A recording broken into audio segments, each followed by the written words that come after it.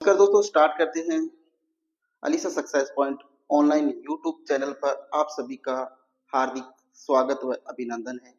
आज हम क्लास में पढ़ेंगे रीड प्री और मेन से रिलेटेड राजस्थान जीके और भारत और विश्व का जो जीके है वो, और अधिगम को जो साइकोलॉजी का टॉपिक है उनके जो 90 क्वेश्चन है और 90 से 120 और उसके बाद दोनों लैंग्वेज के क्वेश्चंस अब हम यहाँ पर पढ़ेंगे। तो स्टार्ट करते हैं पहले क्वेश्चन से।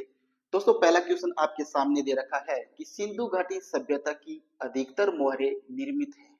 तो सिंधु घाटी जो सभ्यता है उसके अंदर जो मोहरों का निर्माण करवाया गया था वो किससे करवाया गया था वो आपसे पूछा है। और चार ऑप्शन आपके सामने दे रखे हैं।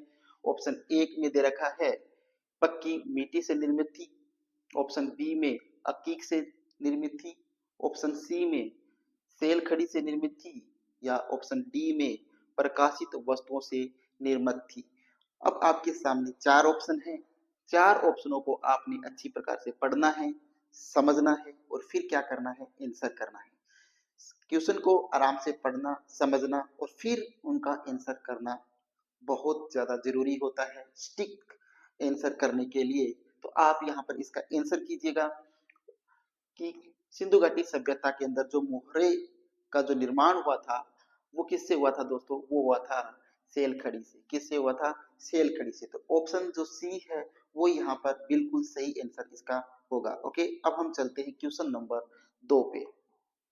देखिएगा क्वेश्चन नंबर 2, देखिएगा आप। क्वेश्चन नंबर 2 है आपके सामने, सिंधु घाटी के लोग किस वस्तु का सर्वाधिक आयात करते थे? तो सिंधु घाटी सभ्यता के जो लोग हैं वो सर्वाधिक आयात किस वस्तु का करते थे वो आपको बताना है। तो किसका करते थे? चार ऑप्शन है, उनको पढ़ते हैं।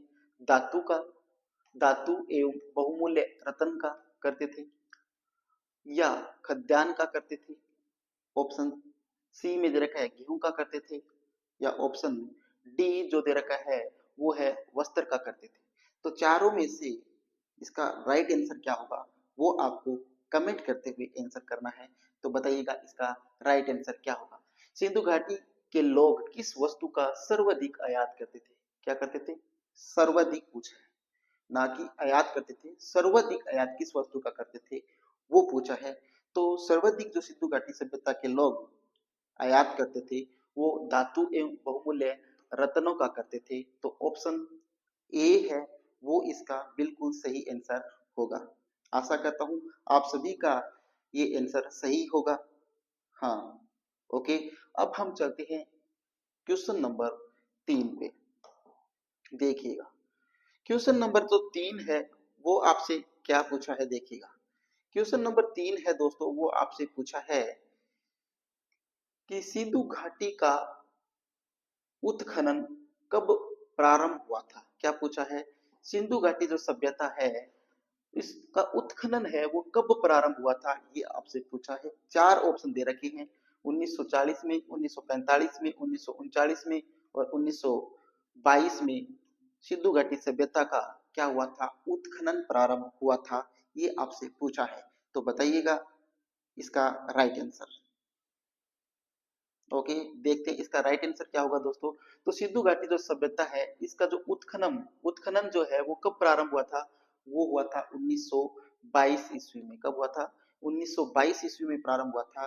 तो यहाँ पर जो राइट आंसर इसका होगा वो क्या होगा? ऑप्शन डी जो है वो इसका राइट आंसर है। ओके दोस्तों, अब हम चलते हैं क्वेश्चन नंबर 4 पे। किस पे? क्वेश्चन नंबर 4 पे चलते हैं। देखिएगा क्वेश्चन नंबर 4 में आपसे क्या पूछा है?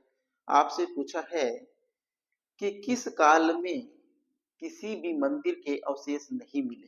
क्या पूछा है कि ऐसा कौन सा काल है जिसमें मंदिर के अवशेष है वो नहीं मिले हैं?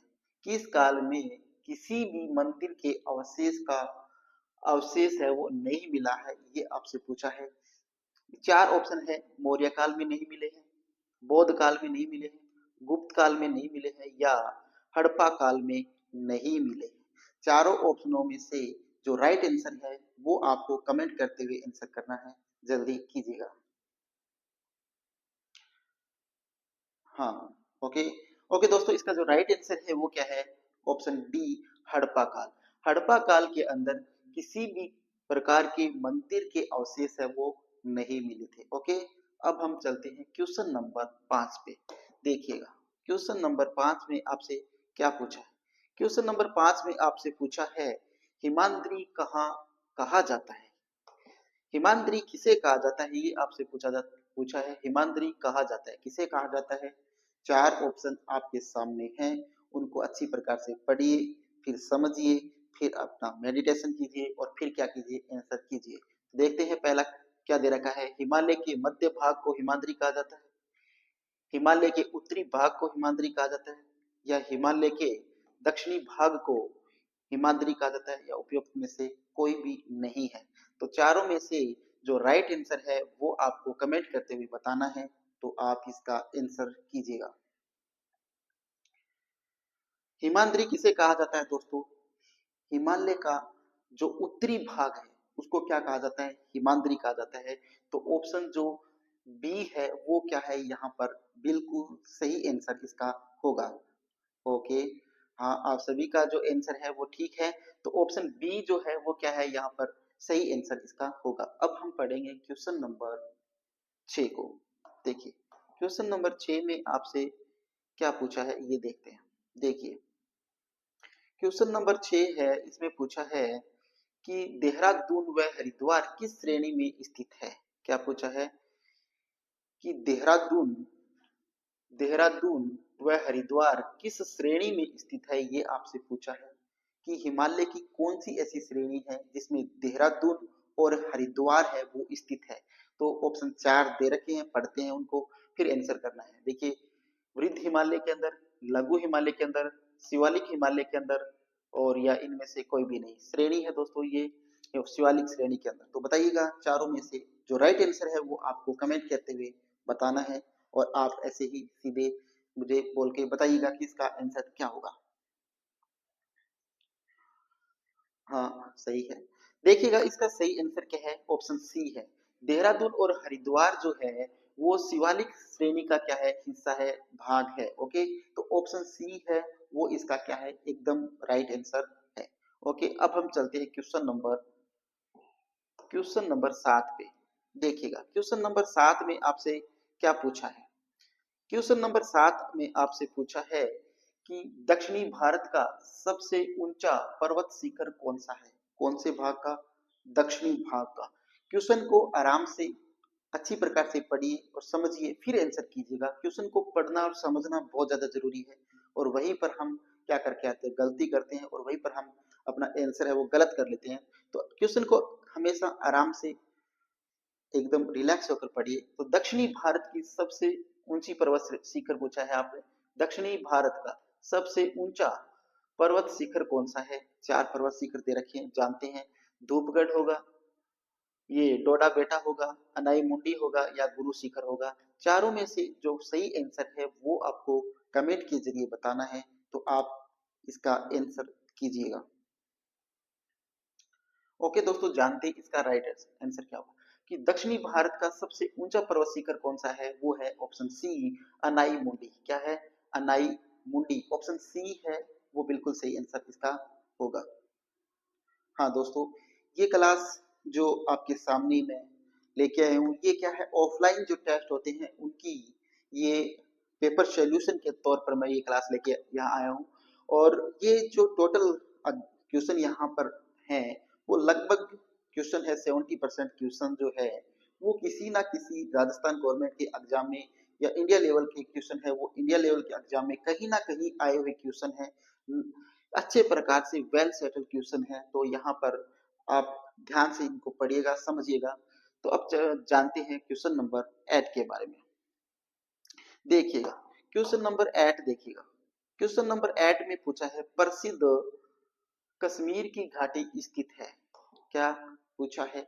कि प्रसिद्ध कश्मीर की जो घाटी है वो स्थित है, कहाँ स्थित है? चार ऑप्शन आपके सामने दे रखे हैं। चारों ऑप्शनों को पढ़ते हैं और फिर इसका आंसर करते हैं। महान हिमालय और पीर पंजाल श्रेणी के बीच, महान हिमालय और पीर पंजाल जो श्रेणी है उसके बीच में स्थित है कश्मीर की घाटी। या लघु हिमालय और शिवालिक के बीच है। ऑप्शन सी है चिनाब घाटी में है। और ऑप्शन डी जो है वो जोजिला और कारगिल के बीच है। तो चारों में से जो इसका राइट आंसर है वो आपको बताना है, तो जल्दी बताइएगा इसका आंसर। ओके दोस्तों, इसका जो राइट आंसर है, जो कश्मीर की जो घाटी है वो किन कहाँ पर स्थित है, वो लघु हिमालय और शिवालिक हिमालय के मध्य स्थित है। कहाँ पर है?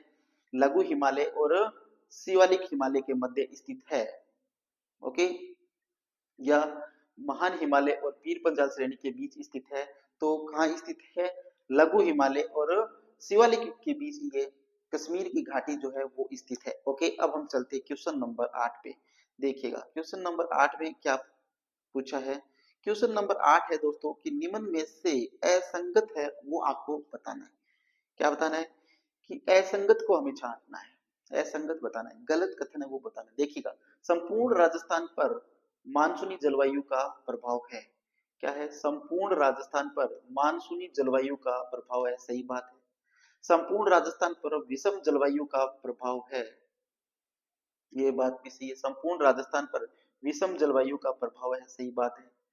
ऑप्शन सी, संपूर्ण राजस्थान पर प्रायद्वीपीय जलवायु का प्रभाव है, ये बात मेरे को कुछ हाजम नहीं, लेकिन ऑप्शन डी को पढ़ते हैं पहले। अधिकांश राजस्थान की जलवायु उपोष्ण कटिबंध में है, ये बात भी बिल्कुल सही है। तो दोस्तों ऑटोमेटिक अपना में पता चल रहा है कि ये भी क्या है, गलत है यहाँ पर। तो इसका राइट आंसर क्या होगा? ऑप्शन सी इसका क्या है, राइट आंसर है कि संपूर्ण राजस्थान पर प्रायद्वीपीय जलवायु का प्रभाव होता है, ये बात क्या है, गलत है। ओके, हाँ हाँ दोस्तों, ओके, चलते हैं क्वेश्चन नंबर 10 पे। देखिएगा क्वेश्चन नंबर 10 में आपसे क्या पूछा है। क्वेश्चन नंबर 10 में पूछा है कि राजस्थान में माउंट आबू व कोटा का लगभग समान अक्षांश है, परंतु दोनों की जलवायु में भिन्नता पाई जाती है, इसका मुख्य कारण क्या है? शायद दोस्तों बहुत ही बेहतरीन क्वेश्चन ये है, बहुत ही इंपॉर्टेंट क्वेश्चन है कि राजस्थान में माउंट आबू व कोटा का लगभग समान अक्षांश है, परंतु दोनों की जलवायु जलवायु में भिन्नता पाई जाती है, इसका मुख्य कारण क्या है? कि राजस्थान में माउंट आबू और कोटा का लगभग समान अक्षांश है, अक्षांश क्या दोनों का समान है, परंतु दोनों की जलवायु में भिन्नता है, इसका मुख्य कारण क्या है, ये आपसे पूछा है। तो चारों ऑप्शनों को पढ़ते हुए आंसर कीजिएगा कि वनस्पति कारण है, सामयिक वर्षा है, क्षेत्रफल है या धरातल है।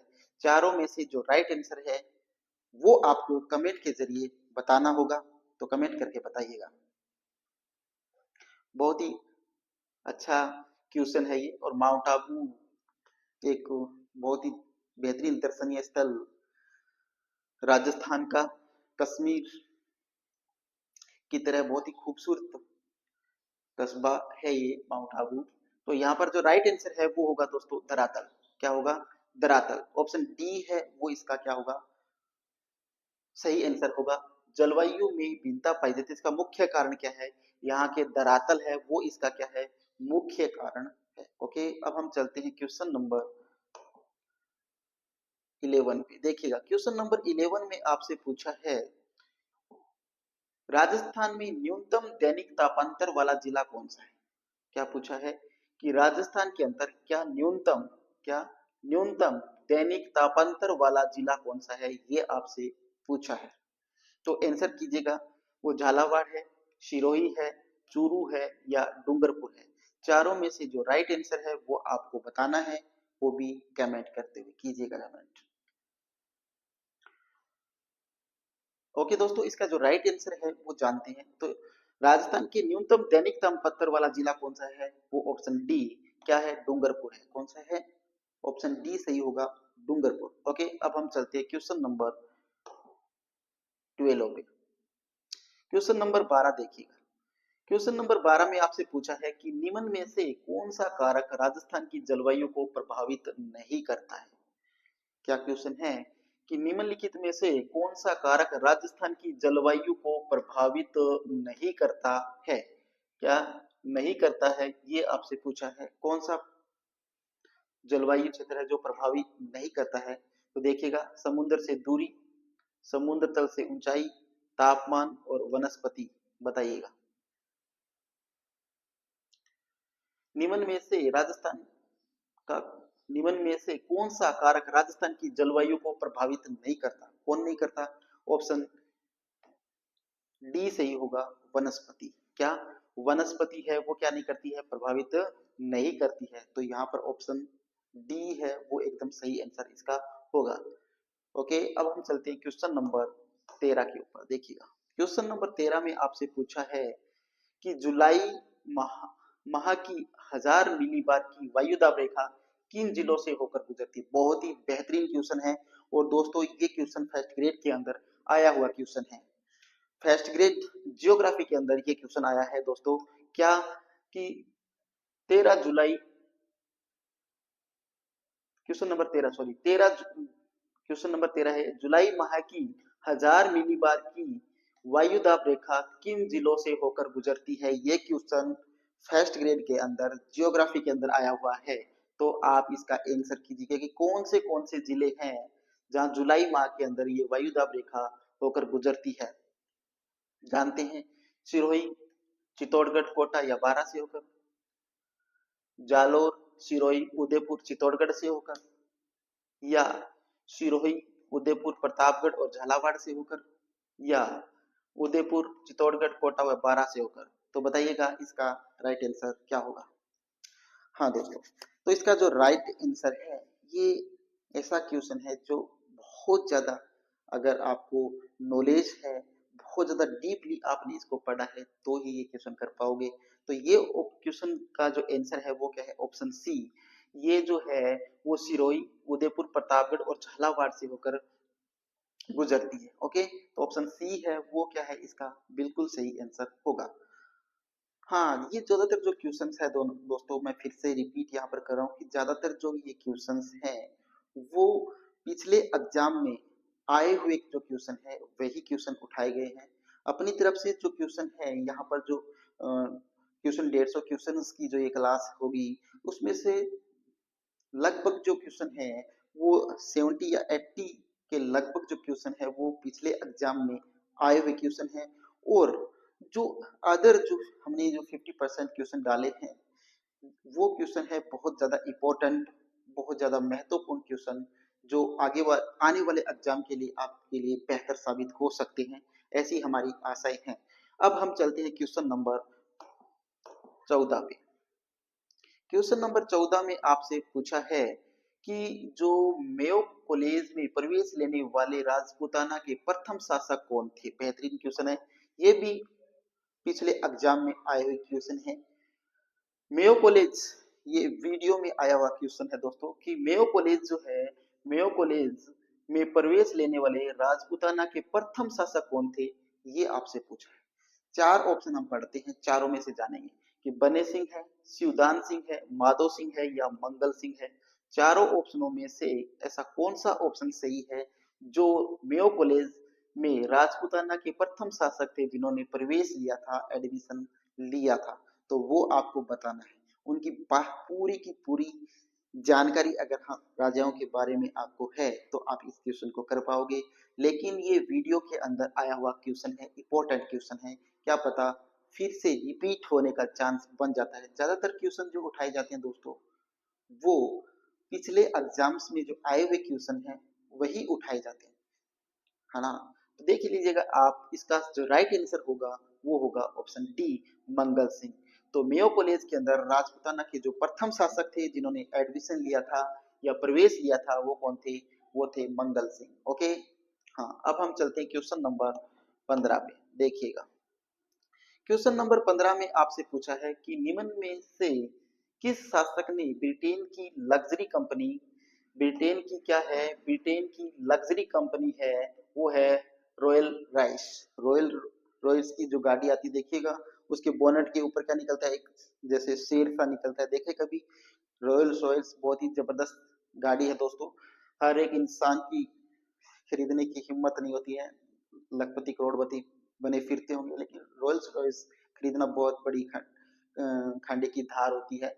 तो ये लग्जरी कार शायद भारत में भी दो चार लोगों के पास हो तो हो सकती है, भारत में भी बहुत ही कम मिलेगी ये। तो निम्न में से किस शासक ने ब्रिटेन की लग्जरी कंपनी रॉयल राइस की कारों के आगे झाड़ू बांधकर बांधकर सफाई करने के लिए नगर पालिका को भेंट की, जिसका कारण विश्व में चर्चा में रहे थे? कौन थे? राव राजा जयसिंह थे, मान सिंह द्वितीय थे, गंगा सिंह थे या हनुवंत सिंह थे? तो इस क्वेश्चन को फिर से पढ़िएगा। ये क्वेश्चन भी एग्जाम में आया हुआ है। ठीक है, ये क्वेश्चन भी फर्स्ट ग्रेड एग्जाम के अंदर आया हुआ है। देखिएगा, निम्न में से किस शासक ने ब्रिटेन की लग्जरी गाड़ी है, ब्रिटेन की लग्जरी गाड़ी है और भारत का कोई राजा है इनमें से, जिन्होंने रॉयल राइस की कारों के आगे, उसकी कार के आगे झाड़ू बांधकर सफाई करने के लिए नगर पालिका को भेंट किया और इस वजह से वो विश्व में चर्चा में रहे थे? दोस्तों, रोयल्स रॉयल्स गाड़ी खरीदना तो क्या, सपना देखना भी बहुत बड़ी बात होती है किसी के लिए। और ये ऐसे महान राजा थे, महान मनुबुद्धि थे, जिन्होंने उनके आगे, रॉयल्स रॉयल्स के आगे झाड़ू बांधकर नगर पालिका वालों को दे दिया कि जाओ और इससे क्या करो, सफाई करो शहर की। ठीक है, अपने कस्बे की, शहर की, जिसकी भी सफाई करो, रॉयल्स रॉयल्स के आगे झाड़ू बांध कर दे दिया। तो ये तो बेहतरीन कोई शासक होंगे जो रॉयल्स रॉयल्स को झाड़ू में लगा दिया होंगे। दोस्तों, देखना भी बहुत बड़ी सौभाग्य की बात होती है रॉयल्स रॉयल्स को तो, लेकिन इन्होंने तो झाड़ू निकलवा दी। तो बताइएगा, इसका आंसर कीजिएगा आप। तो वो राजा कौन से थे? तो वो राजा थे दोस्तों राव राजा जयसिंह। कौन थे? राव राजा जयसिंह, जयपुर के शासक थे। राव राजा जयसिंह ने ये कांड किया था इतना बेहतरीन। ओके, अब हम चलते हैं क्वेश्चन नंबर 16 पे। क्वेश्चन नंबर 16 में आपसे पूछा है कि जैसलमेर के किस शासक के समय जैसलमेर का प्रथम साका हुआ था? क्या पूछा है? जैसलमेर के किस शासक के समय जैसलमेर का प्रथम साका हुआ था? प्रथम साका, जैसलमेर का जो साके हुए, 2.5 साके जैसलमेर के अंदर हुए हैं, उन 2.5 साकों में से जो प्रथम साका हुआ था वो किस राजा के काल में हुआ था, ये आपसे पूछा है। तो जैत सिंह के काल में, मूलराज द्वितीय के काल में, मूलराज प्रथम के काल में, या राव दूदा के काल में हुआ था? तो ये आपको बताना है। दोस्तों, ये तो शायद मैं आशा करता हूँ कि ये क्वेश्चन तो आपको आ ही रहा होगा। कमेंट करके बताइएगा इसका राइट आंसर। ओके, इसका राइट जो आंसर है वो है दोस्तों मूलराज प्रथम। किसके काल में हुआ था? जैसलमेर का जो प्रथम साका हुआ था वो मूलराज प्रथम के काल में हुआ था। ऑप्शन जो सी है वो क्या है, इसका बिल्कुल सही आंसर है। ओके, अब हम चलते हैं क्वेश्चन नंबर 17 के ऊपर। देखिए, क्वेश्चन नंबर 17 में पूछा है कि जैसलमेर के 2.5 साकों के संबंध में कौन सा विकल्प सही है? जैसलमेर के अंदर 2.5 साके हुए और इन 2.5 साकों के अंदर, जैसलमेर के अंदर कितने साके हुए? 2.5 साके हुए हैं। इसके संबंध में कौन सा विकल्प सही है, ये आपसे पूछा है। ठीक है, अब जानते हैं। देखिएगा, प्रथम साका जो हुआ था वो अलाउद्दीन खिलजी के काल में हुआ था।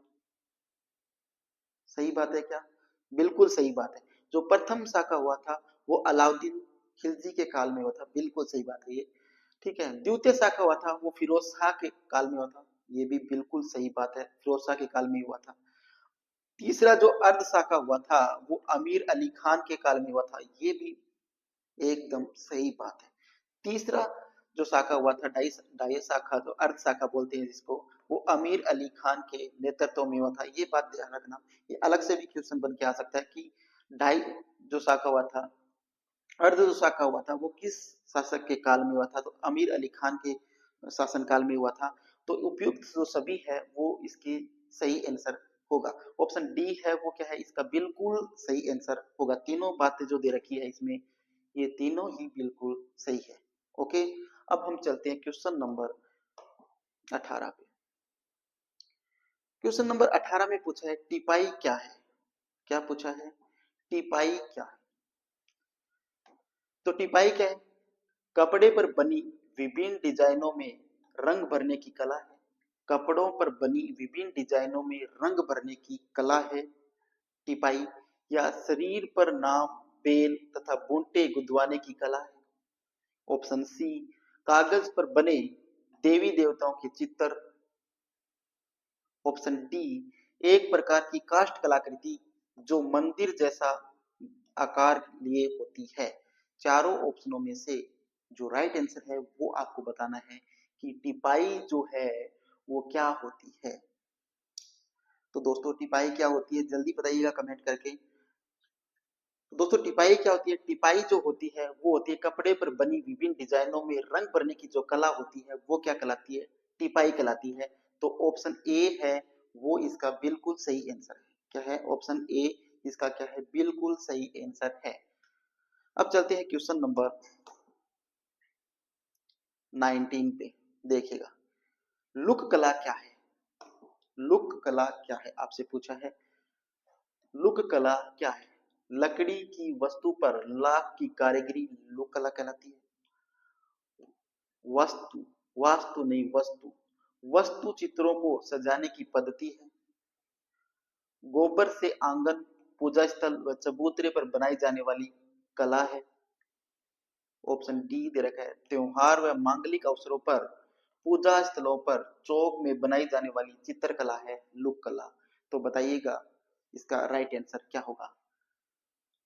लोक कला क्या कहलाती है? लकड़ी की वस्तु पर लाख की कारीगरी, वस्तु चित्रों को सजाने की पत्ती, गोबर से आंगन, पूजा स्थल व चबूतरे पर बनाई जाने वाली कला है लोक कला।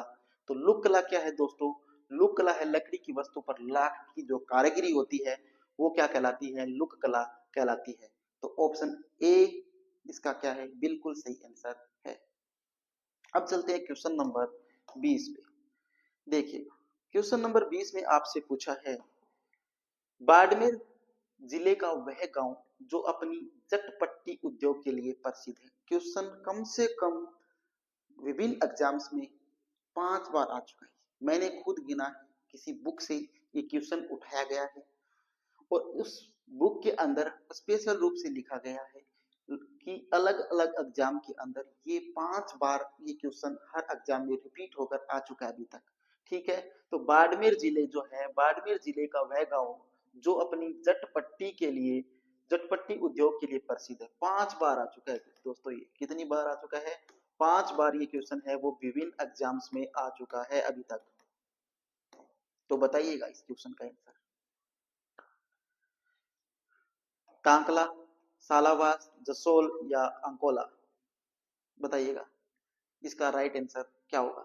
बाड़मेर जिले का वह गांव जो अपनी जटपट्टी उद्योग के लिए प्रसिद्ध है वो गांव है जसोल। कौन सा है? जसोल। ऑप्शन सी है वो इसका बिल्कुल सही आंसर है। ओके ओके दोस्तों, पढ़ाई जो कर रहे होंगे आप, रीट की जो भर्ती है वो बहुत ही शीघ्र आने वाली है। प्री रीट जो होने वाली है इसी साल के अंदर होगी, शायद अगले माह के अंदर इस रीट की विज्ञप्ति है वो जारी हो जाएगी। तो जिन स्टूडेंट्स की रीट पात्रता परीक्षा क्लियर नहीं है वो अपनी तैयारी को बेहतर करें और जितने भी एग्जाम आप दोगे इसी टेस्ट सीरीज को ज्वाइन करके उस पर प्रैक्टिस करके, तो आपके लिए बहुत फायदेमंद साबित होगा। आपका हौसला बुलंद होगा। अगर आपकी किसी टॉपिक में कमी है तो वो कमियां दूर होगी। तो आप टेस्ट जरूर दें। ठीक है, तो यहाँ पर देखिएगा, अब अगला क्वेश्चन देखते हैं हम। Question number 21। क्वेश्चन नंबर 21 में है कि निम्न में से सत्य कथन है। सत्य कथन आपसे पूछा है, चित्तौड़गढ़ जिले का बस्सी ग्राम काष्ठ कला के लिए प्रसिद्ध है। बिल्कुल सही बात है। चित्तौड़गढ़ जिले का बस्सी जो ग्राम है वो काष्ठ कला के लिए प्रसिद्ध है। बिल्कुल सही बात है। कावड़ व मंदिर नुमा काष्ठ कलाकृति होती है जिसमें कई द्वार बने होते हैं। बिल्कुल सही बात है। क्या बोल रहा है कि कावड़ एक मंदिर नुमा काष्ठ कलाकृति होती है जिसमें कई द्वार बने होते हैं। बिल्कुल सही बात है। तीसरा, बेवाण एक प्रकार की, बेवाण एक प्रकार का काष्ठ मंदिर है जिसमें मिनिएचर वुड टेम्पल कहा जाता है। बिल्कुल सही बात है। काष्ठ पर कलात्मक शिल्प बनाने में जेठाना नागौर प्रसिद्ध है। तो ये बात क्या है? बिल्कुल सही है। तो मैंने तो चारों बातों को बिल्कुल सही बता दिया, लेकिन आंसर क्या देना है? आपको देना है। क्या देना है? आंसर क्या देना है? आपको देना है। तो आप आंसर दीजिए कि ये चारों बातें सही है क्या? तो चारों तो क्वेश्चन गलत हो गया ये। नहीं दोस्तों, तो देखिए चित्तौड़गढ़ जिले का बस्सी ग्राम है वो काष्ठ कला के लिए प्रसिद्ध है, ये बात बिल्कुल गलत है। ठीक है।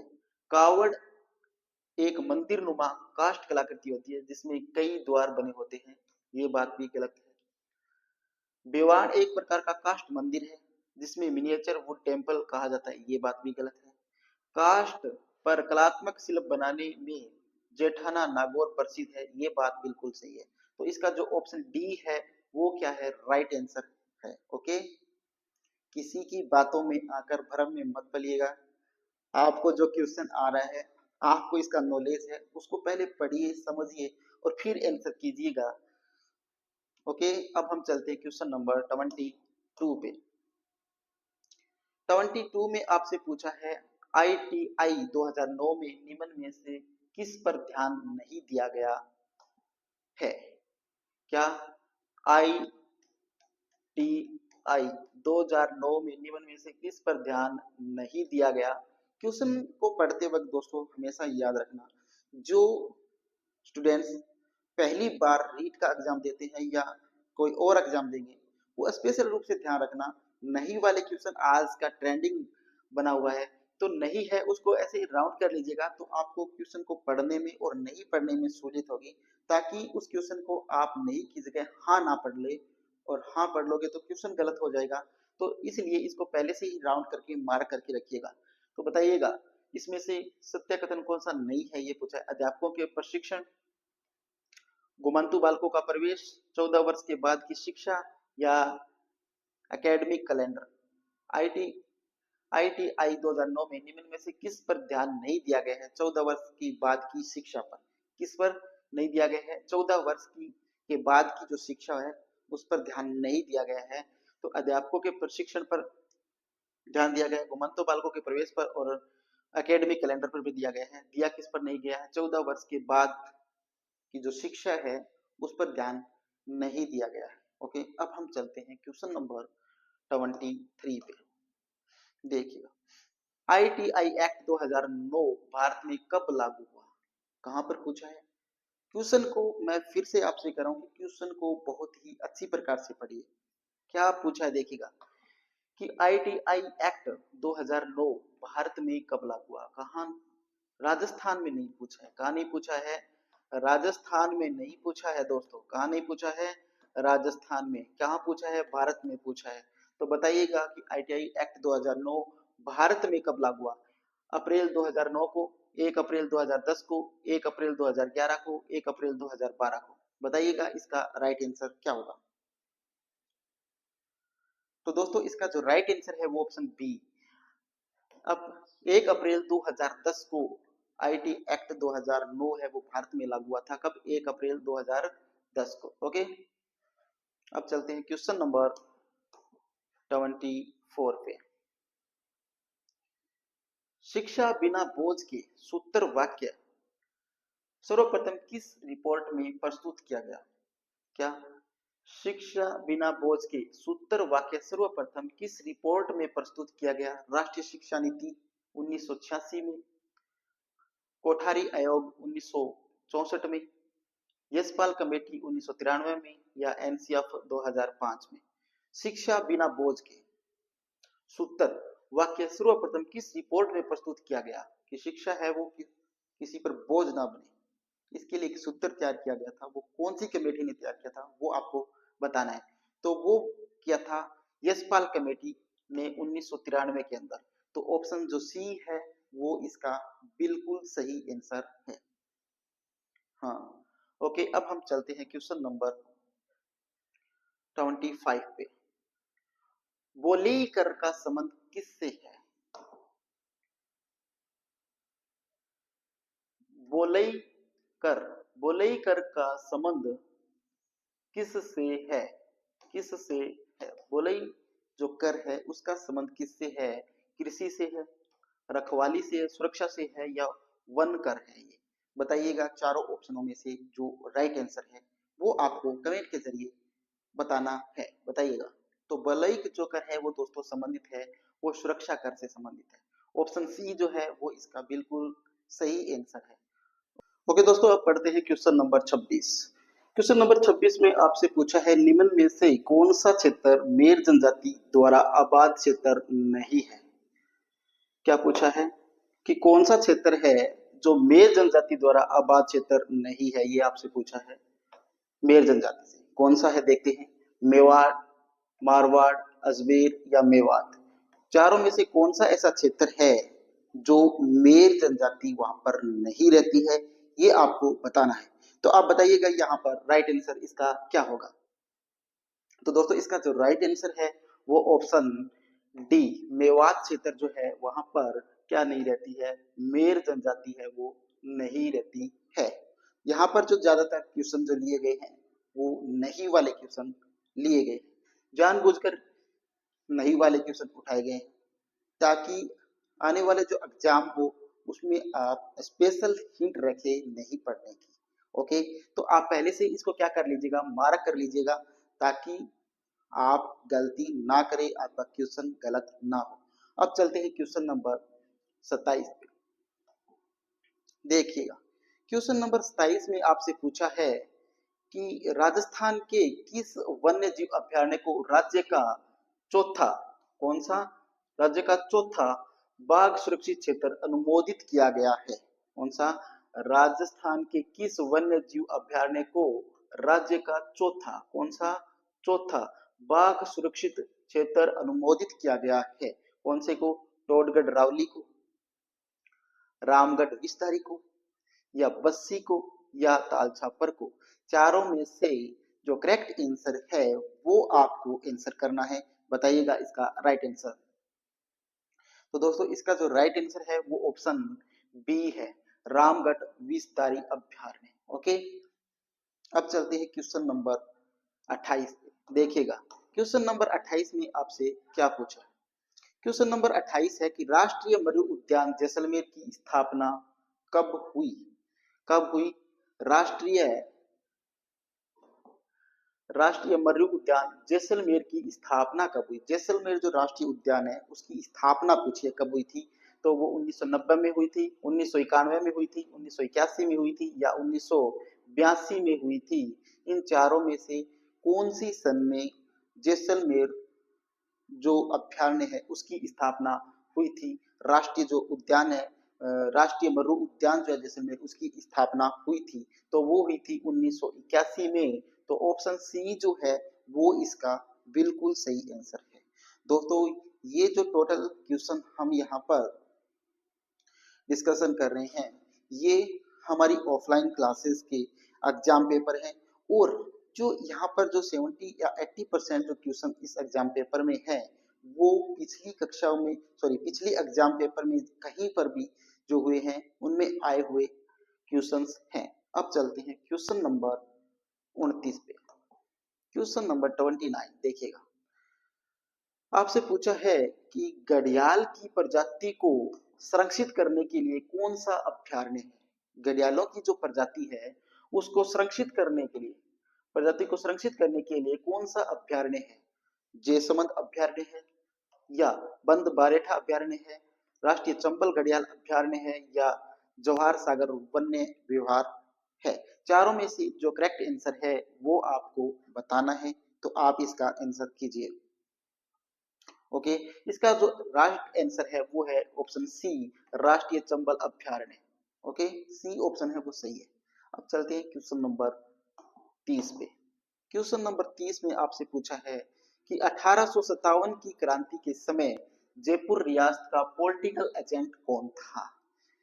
कब, 1857 की क्रांति के समय जयपुर रियासत का पॉलिटिकल एजेंट कौन था, ये आपसे पूछा है। ऑप्शन ए में दे रखा है मॉक मैसन थे, मेजर बर्टन थे, ऑप्शन सी मेजर सारस्वत थे, ऑप्शन डी कर्नल एडन थे।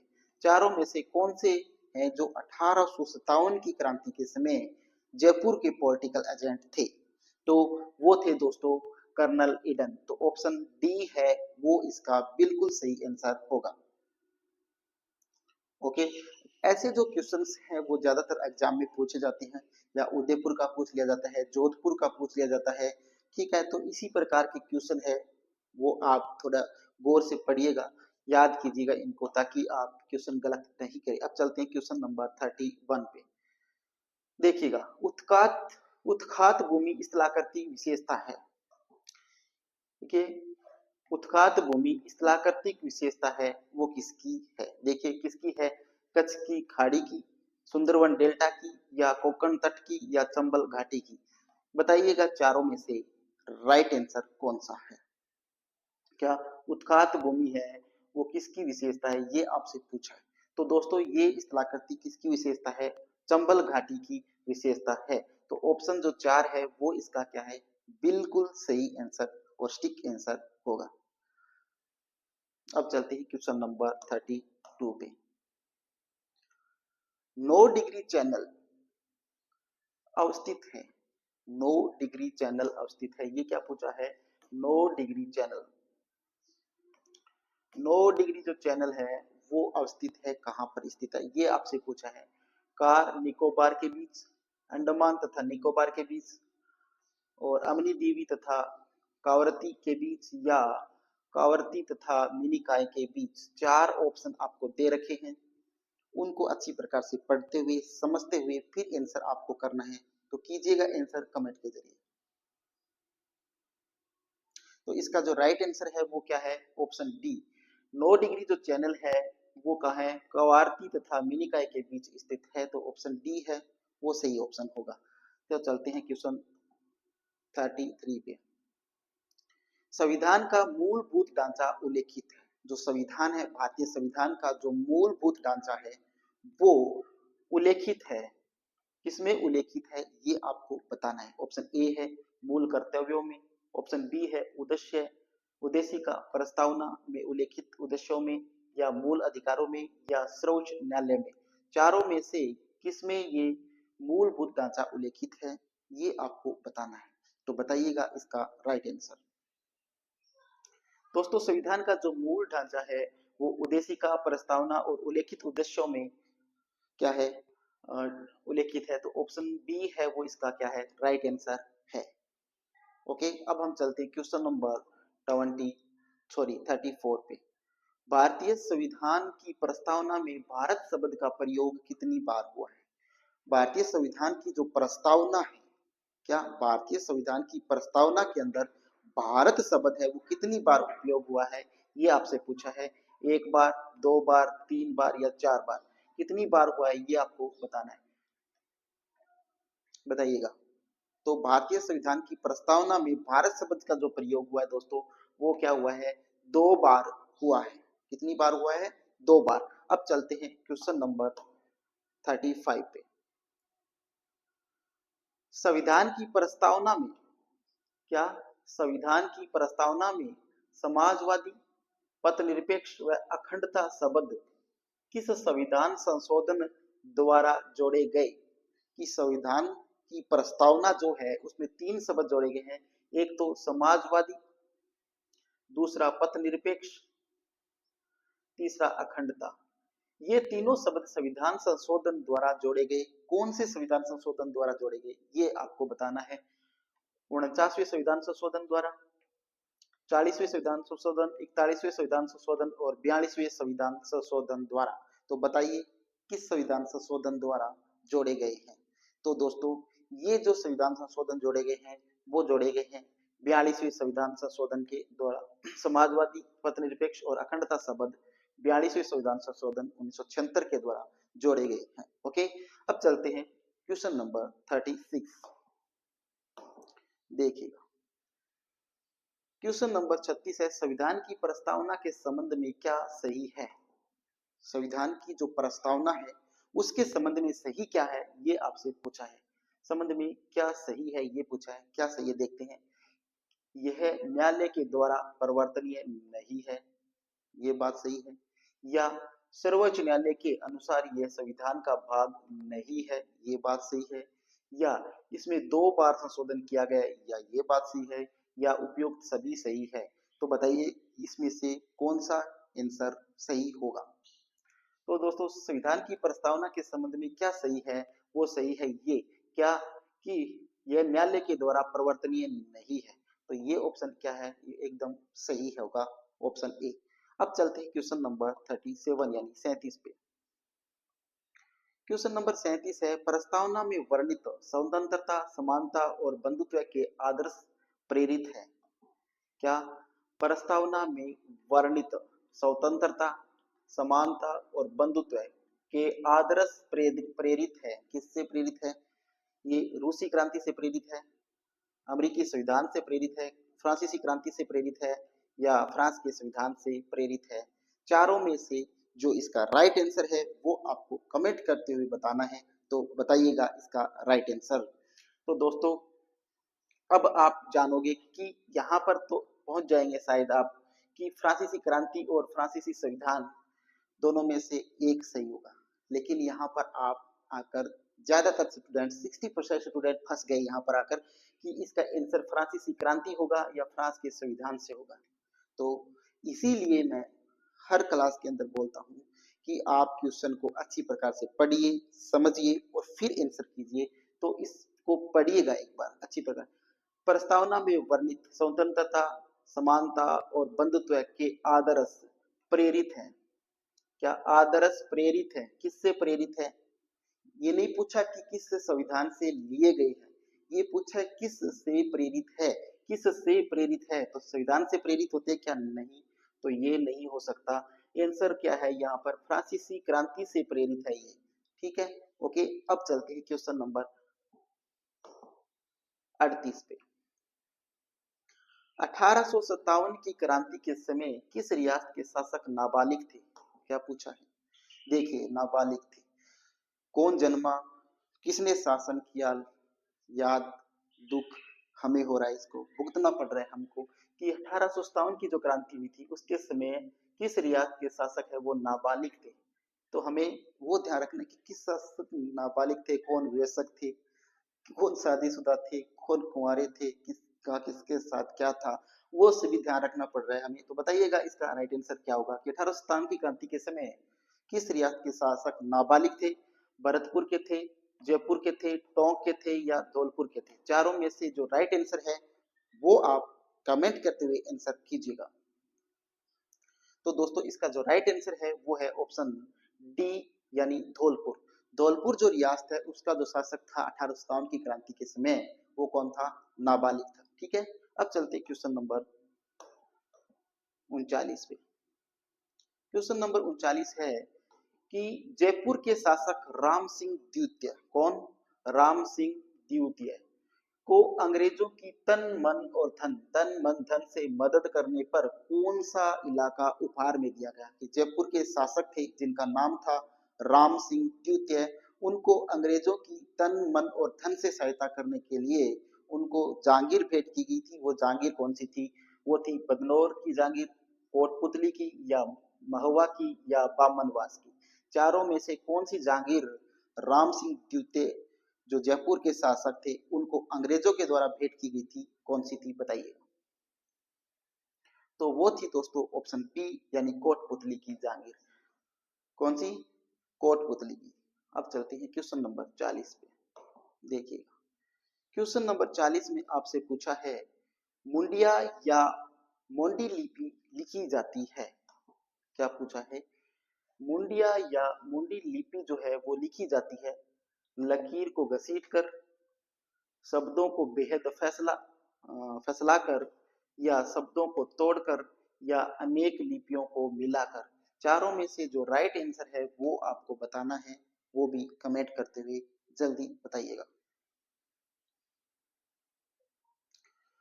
ओके दोस्तों, इसका जो राइट आंसर है वो क्या है? वो है ऑप्शन सी, शब्दों को तोड़कर।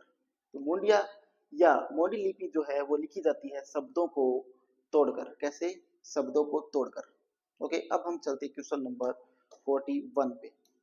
देखिए 41 नंबर क्वेश्चन है वो क्या है? तोरावाटी, काठेड़ी, रजावाटी बोलियां का संबंध किस क्षेत्र से है? कौन सी बोलियां? तोरावाटी, काठेड़ी, राजावाटी बोलियां किस क्षेत्र से संबंधित है? हाड़ौती क्षेत्र से, मेवाती, ढूंढाड़ी या मालवी? बताइएगा इसका राइट आंसर क्या होगा? तोरावाटी, काठेड़ी, राजावाटी बोलियों का संबंध किस क्षेत्र से?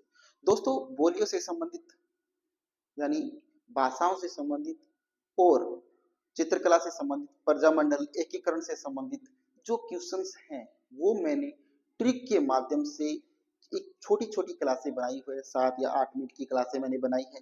और ये जो टोटल भाषाएं हैं उसकी उप बोलियां हैं या किस क्षेत्र में बोली जाती है, ठीक है, किस भाषा की कौन सी बोली है, कौन सी उप बोली है, वो सभी को मैंने ट्रिक के में अंदर पिरोकर एक छोटा सा वीडियो बना रखा है, वो आप Alisa success point YouTube channel पर जाकर सर्च कीजिएगा और आपको वहां पर ट्रिक के माध्यम से एक बेहतरीन क्लास मिलेगी, ताकि आपको भाषाओं से संबंधित, चित्रकला से संबंधित, चित्रकला में जो चित्रकार होते हैं उनके नाम से संबंधित किसी भी प्रकार का जो क्वेश्चन होगा वो गलत नहीं होगा। वो एक बार आप वीडियो जरूर देखिएगा। फिलहाल इस क्वेश्चन की बात करें तो तोरावाटी, काठेड़ी, राजावाटी बोलियों का संबंध है वो किस भाषा से है, वो है डुडाड़ी भाषा से। ऑप्शन सी है वो इसका राइट आंसर है। अब चलते हैं क्वेश्चन नंबर 42 पे।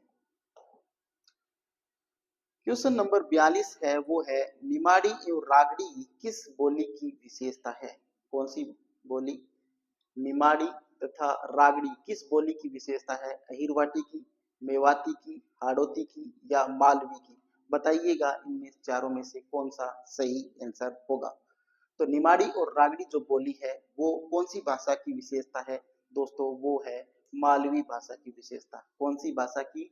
मालवी भाषा की विशेषता है। ऑप्शन डी है वो क्या है यहाँ पर इसका राइट आंसर होगा। अब चलते हैं क्वेश्चन नंबर 43 पे। कवि सूर्यमल मिश्रण की रचनाएं किस भाषा में है? जो कवि सूर्यमल मिश्रण है उन्होंने अपनी जो रचनाएं की है वो कौन सी भाषा में की है, ये पूछा है आपको। हाड़ौती भाषा में की है, ढूंढाड़ी भाषा में की है, मारवाड़ी भाषा में की है या मेवाड़ी भाषा में की है? यहाँ पर आपको राइट आंसर करना है, तो कीजिएगा इसका राइट आंसर। हाँ दोस्तों, सूर्यमल मिश्रण ने जो रचनाएं की है वो की है हाड़ौती भाषा में। तो ऑप्शन ए है वो इसका क्या है, बिल्कुल सही आंसर है। ओके, अब चलते हैं क्वेश्चन नंबर 44 पे। क्वेश्चन नंबर 44 में आपसे पूछा है कि अलवर जिले के बहरोड और मुंडावर में कौन सी भाषा बोली जाती है? कहां पर? अलवर जिले के बहरोड और मुंडावर में कौन सी भाषा बोली जाती है? रागड़ी बोली जाती है, हाड़ौती, मेवाड़ी या अहिरवाटी? चारों में से कौन सी भाषा बोली जाती है, ये आपको कमेंट करते हुए आंसर करना है, तो कीजिएगा इसका आंसर। तो अलवर जिले के बहरोड और मुंडावर में ये दोनों भी मैंने दोस्तों ट्रिक के अंदर पिरो रखा है, तो ये आप वहां पर देख सकते हैं। आपको लर्न करने में बिल्कुल भी गलती नहीं करेंगे और आपका क्वेश्चन 100% सही होगा। भाषाओं से संबंधित या चित्रकला से संबंधित जो भी क्वेश्चन होंगे, तो यहाँ पर बोली जाती है अहिरवाटी। ऑप्शन डी जो है वो इसका राइट आंसर होगा। अब चलते हैं क्वेश्चन नंबर 45 पे। क्वेश्चन नंबर 45 में आपसे पूछा है कि खानवा के युद्ध से पहले राजपूतों ने किस स्थान पर मुगलों को पराजित किया था? खानवा का जो युद्ध हुआ था उससे पहले राजपूतों ने मुगलों को कहां पर पराजित किया था, ये पूछा है। बयाना में किया था, सीकर में किया था, मथुरा में किया था या नगर में किया था? चारों में से जो राइट आंसर है वो आपको बताना है, जल्दी बताइएगा। तो खानवा के युद्ध से पहले मुगलों को जो राजपूतों ने हराया था वो कौन सा स्थान था? वो था बयाना। कौन सा स्थान था? बयाना। दोस्तों, यहाँ पर मैं क्वेश्चंस की एक्सप्लेन इसलिए नहीं कर रहा कि वक्त जाया नहीं कर रहा, क्योंकि जो एक्सप्लेन क्लास होगी वो आएगी जरूर। आप एक्सप्लेन क्लास देखिएगा, उसमें टोटल डिटेल्स आपको मिलेगी। लेकिन यहाँ पर मैं क्वेश्चंस को एक्सप्लेन ना करके आपको पेपर सॉल्यूशन है जो किसका राइट आंसर होगा वो केवल दे रहा हूँ, ताकि आपको 150 क्वेश्चन की जो ये क्लास है वो कैसी लगी, पेपर कैसा लगा, आप उस पर ध्यान आकर्षित कर सके। अब देखते हैं क्वेश्चन नंबर 46। देखिए, अकबर द्वारा राजपूत नीति अपनाने के कारण है। कि अकबर ने राजपूत नीति क्यों अपनाई थी, इसका कारण क्या था? वो था कि राजपूतों की वीरता एवं स्वामी भक्ति का गुण, कि राजपूतों के अंदर वीरता और स्वामी भक्ति के गुण कूट कूट के भरे हुए थे, ये अकबर को बहुत ज्यादा पसंद थे, इसीलिए उन्होंने राजपूत नीति को अपनाया। बात सही है। दूसरी बात, राजपूताना से ही हज हेतु सूरत बंदरगाह हेतु मार्ग जाता था, ये बात भी बिल्कुल सही है। तीसरा ऑप्शन है अजमेर सूबे का राजस्व की दृष्टि से अत्यंत महत्वपूर्ण स्थान था। ये बहुत बढ़िया बात थी कि अजमेर जो सूबा है वो राजस्व की दृष्टि से यानी कृषि कार्यों की दृष्टि से बहुत ज्यादा महत्वपूर्ण था, तो ये भी बात सही है। तो ऑप्शन चारों तीनों सही है, तो ऑप्शन डी इसका क्या होगा, सही आंसर होगा। ओके, अब हम चलते हैं क्वेश्चन नंबर 47 पे। देखिएगा, क्वेश्चन नंबर 47 में आपसे पूछा है कि मारवाड़ में मुगलों के मध्य चले 30 वर्षीय संघर्ष का नायक कौन था।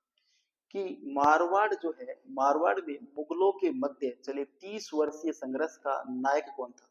कि मारवाड़ के अंदर मुगलों का 30 वर्षों तक जो राजपूतों और मुगलों के मध्य जो संघर्ष चला था 30 वर्षों तक, उसका नायक कौन था, उसका हीरो कौन था, वो था कौन। देखिए, जानते हैं, जयमल था, फतेह था, पृथ्वीराज था या दुर्गादास था, चारों में से कौन था। ये आप हमें कमेंट करके बताएंगे कि कौन था मारवाड़ में 30 वर्षीय संघर्ष का नायक था। वो था वीर दुर्गादास राठौड़। कौन थे, वीर दुर्गादास राठौड़। ओके, अब चलते हैं क्वेश्चन नंबर 48 पे। क्वेश्चन नंबर 48 में आपसे पूछा है, चांद बीबी, चांद बीबी ने मुगलों के विरुद्ध किस दुर्ग की सफलतापूर्वक रक्षा की थी। कि चांद बीबी जो है, इन्होंने मुगलों के विरुद्ध किस दुर्ग की सफलतापूर्वक रक्षा की थी। औरंगाबाद, गोलकुंडा, बीजापुर या अहमदनगर, कौन से की थी वो आप बताइएगा। हाँ, ओके, हाँ हाँ, सही बात है। तो अहमदनगर की उन्होंने क्या की थी, सुरक्षा की थी। सफलतापूर्वक जो सुरक्षा की थी वो कौन सी की थी, अहमदनगर दुर्ग की उन्होंने क्या की थी, चांद बीबी ने सुरक्षा की थी। चलो, क्वेश्चन नंबर 49 देखिएगा, भारत में तंबाकू की खेती किसके शासनकाल में आरंभ हुई। कि भारत के अंदर, क्वेश्चन को देखिएगा ध्यान से, भारत में, ना कि राजस्थान में, भारत में तंबाकू की खेती किसके शासनकाल में आरंभ हुई थी। अकबर के शासनकाल में, जहांगीर के शासनकाल में, शाहजहां के शासनकाल में या औरंगजेब के शासनकाल में, बताइएगा इसका आंसर। तो इसका जो राइट आंसर है दोस्तों, वो है ऑप्शन बी, जहांगीर की। भारत में जो तंबाकू की खेती जो प्रारंभ हुई थी वो जहांगीर के शासनकाल में प्रारंभ हुई थी। अब चलते हैं क्वेश्चन नंबर 50 पे। क्वेश्चन नंबर 50 में है कि सिंधु सभ्यता के लोग किस धातु का प्रयोग नहीं करते थे। सिंधु सभ्यता के लोग किस धातु का प्रयोग है वो नहीं करते थे, आपसे पूछा है, नहीं पूछा है, ना कि करते थे। तो सिंधु सभ्यता के लोग किस धातु का प्रयोग नहीं करते थे, जानते हैं। लोहे का, कांस्य का, सोने का और चांदी का, चारों में से किस धातु का प्रयोग नहीं करते थे, वो आपको कमेंट के जरिए बताना होगा। तो बताइएगा कि इसका राइट आंसर क्या होगा। तो दोस्तों, इसका जो राइट आंसर है वो है ऑप्शन ए। क्या है, ऑप्शन ए, लोहे, लोहे का प्रयोग है वो नहीं करते थे। अब चलते हैं क्वेश्चन नंबर 51 देखिएगा, निःशुल्क एवं अनिवार्य शिक्षा का बालकों का अधिकार कार्य के लिए नहीं लगाया जा सकता। क्वेश्चन को पढ़िएगा अच्छी प्रकार से कि निःशुल्क एवं अनिवार्य शिक्षा का बालकों का अधिकार कार्य के लिए नहीं लगाया जा सकता। 10 वर्ष पश्चात होने वाली जनगणना में, आपदा राहत कार्य में, चुनावी संबंधी कार्य में या पल्स पोलियो कार्यक्रम में। इसका जो राइट आंसर है वो आपको कमेंट करते हुए बताना है। तो बताइएगा इसका राइट आंसर। ओके, इसका जो राइट आंसर है वो ऑप्शन डी है, पल्स पोलियो कार्यक्रम में क्या नहीं लगाया जा सकता, इनको नहीं लगाया जा सकता है। क्वेश्चन नंबर 52, शिक्षा का अधिनियम कानून 2009 के अनुसार एलिमेंट्री शिक्षा में होने वाली कक्षाएं कौन सी है। क्या पूछा है कि शिक्षा का अधिकार कानून 2009 के अनुसार एलिमेंट्री शिक्षा में होने वाली कक्षाएं कौन कौन सी है, ये आपसे पूछा है।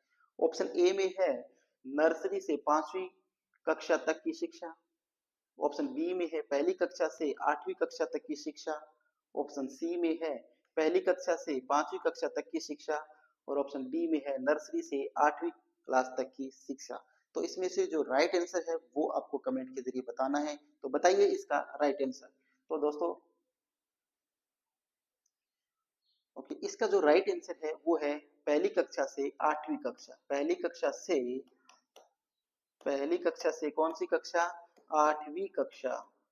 तो इसका ऑप्शन जो है सी है वो बिल्कुल सही इसका आंसर है। ओके, चलते हैं क्वेश्चन नंबर 53 पे। क्वेश्चन नंबर 53 में आपसे पूछा है निम्न में से कौन सा युग्म सुमेलित नहीं है? क्या कौन सा युग्म है वो सुमेलित नहीं है, ये पूछा है। देखते हैं। गिलुंड, गिलुंड है राजसमंद में, सही बात है। कुराड़ा नागौर में है, सही बात है। कोट माहौली सवाई माधोपुर में है, सही बात है।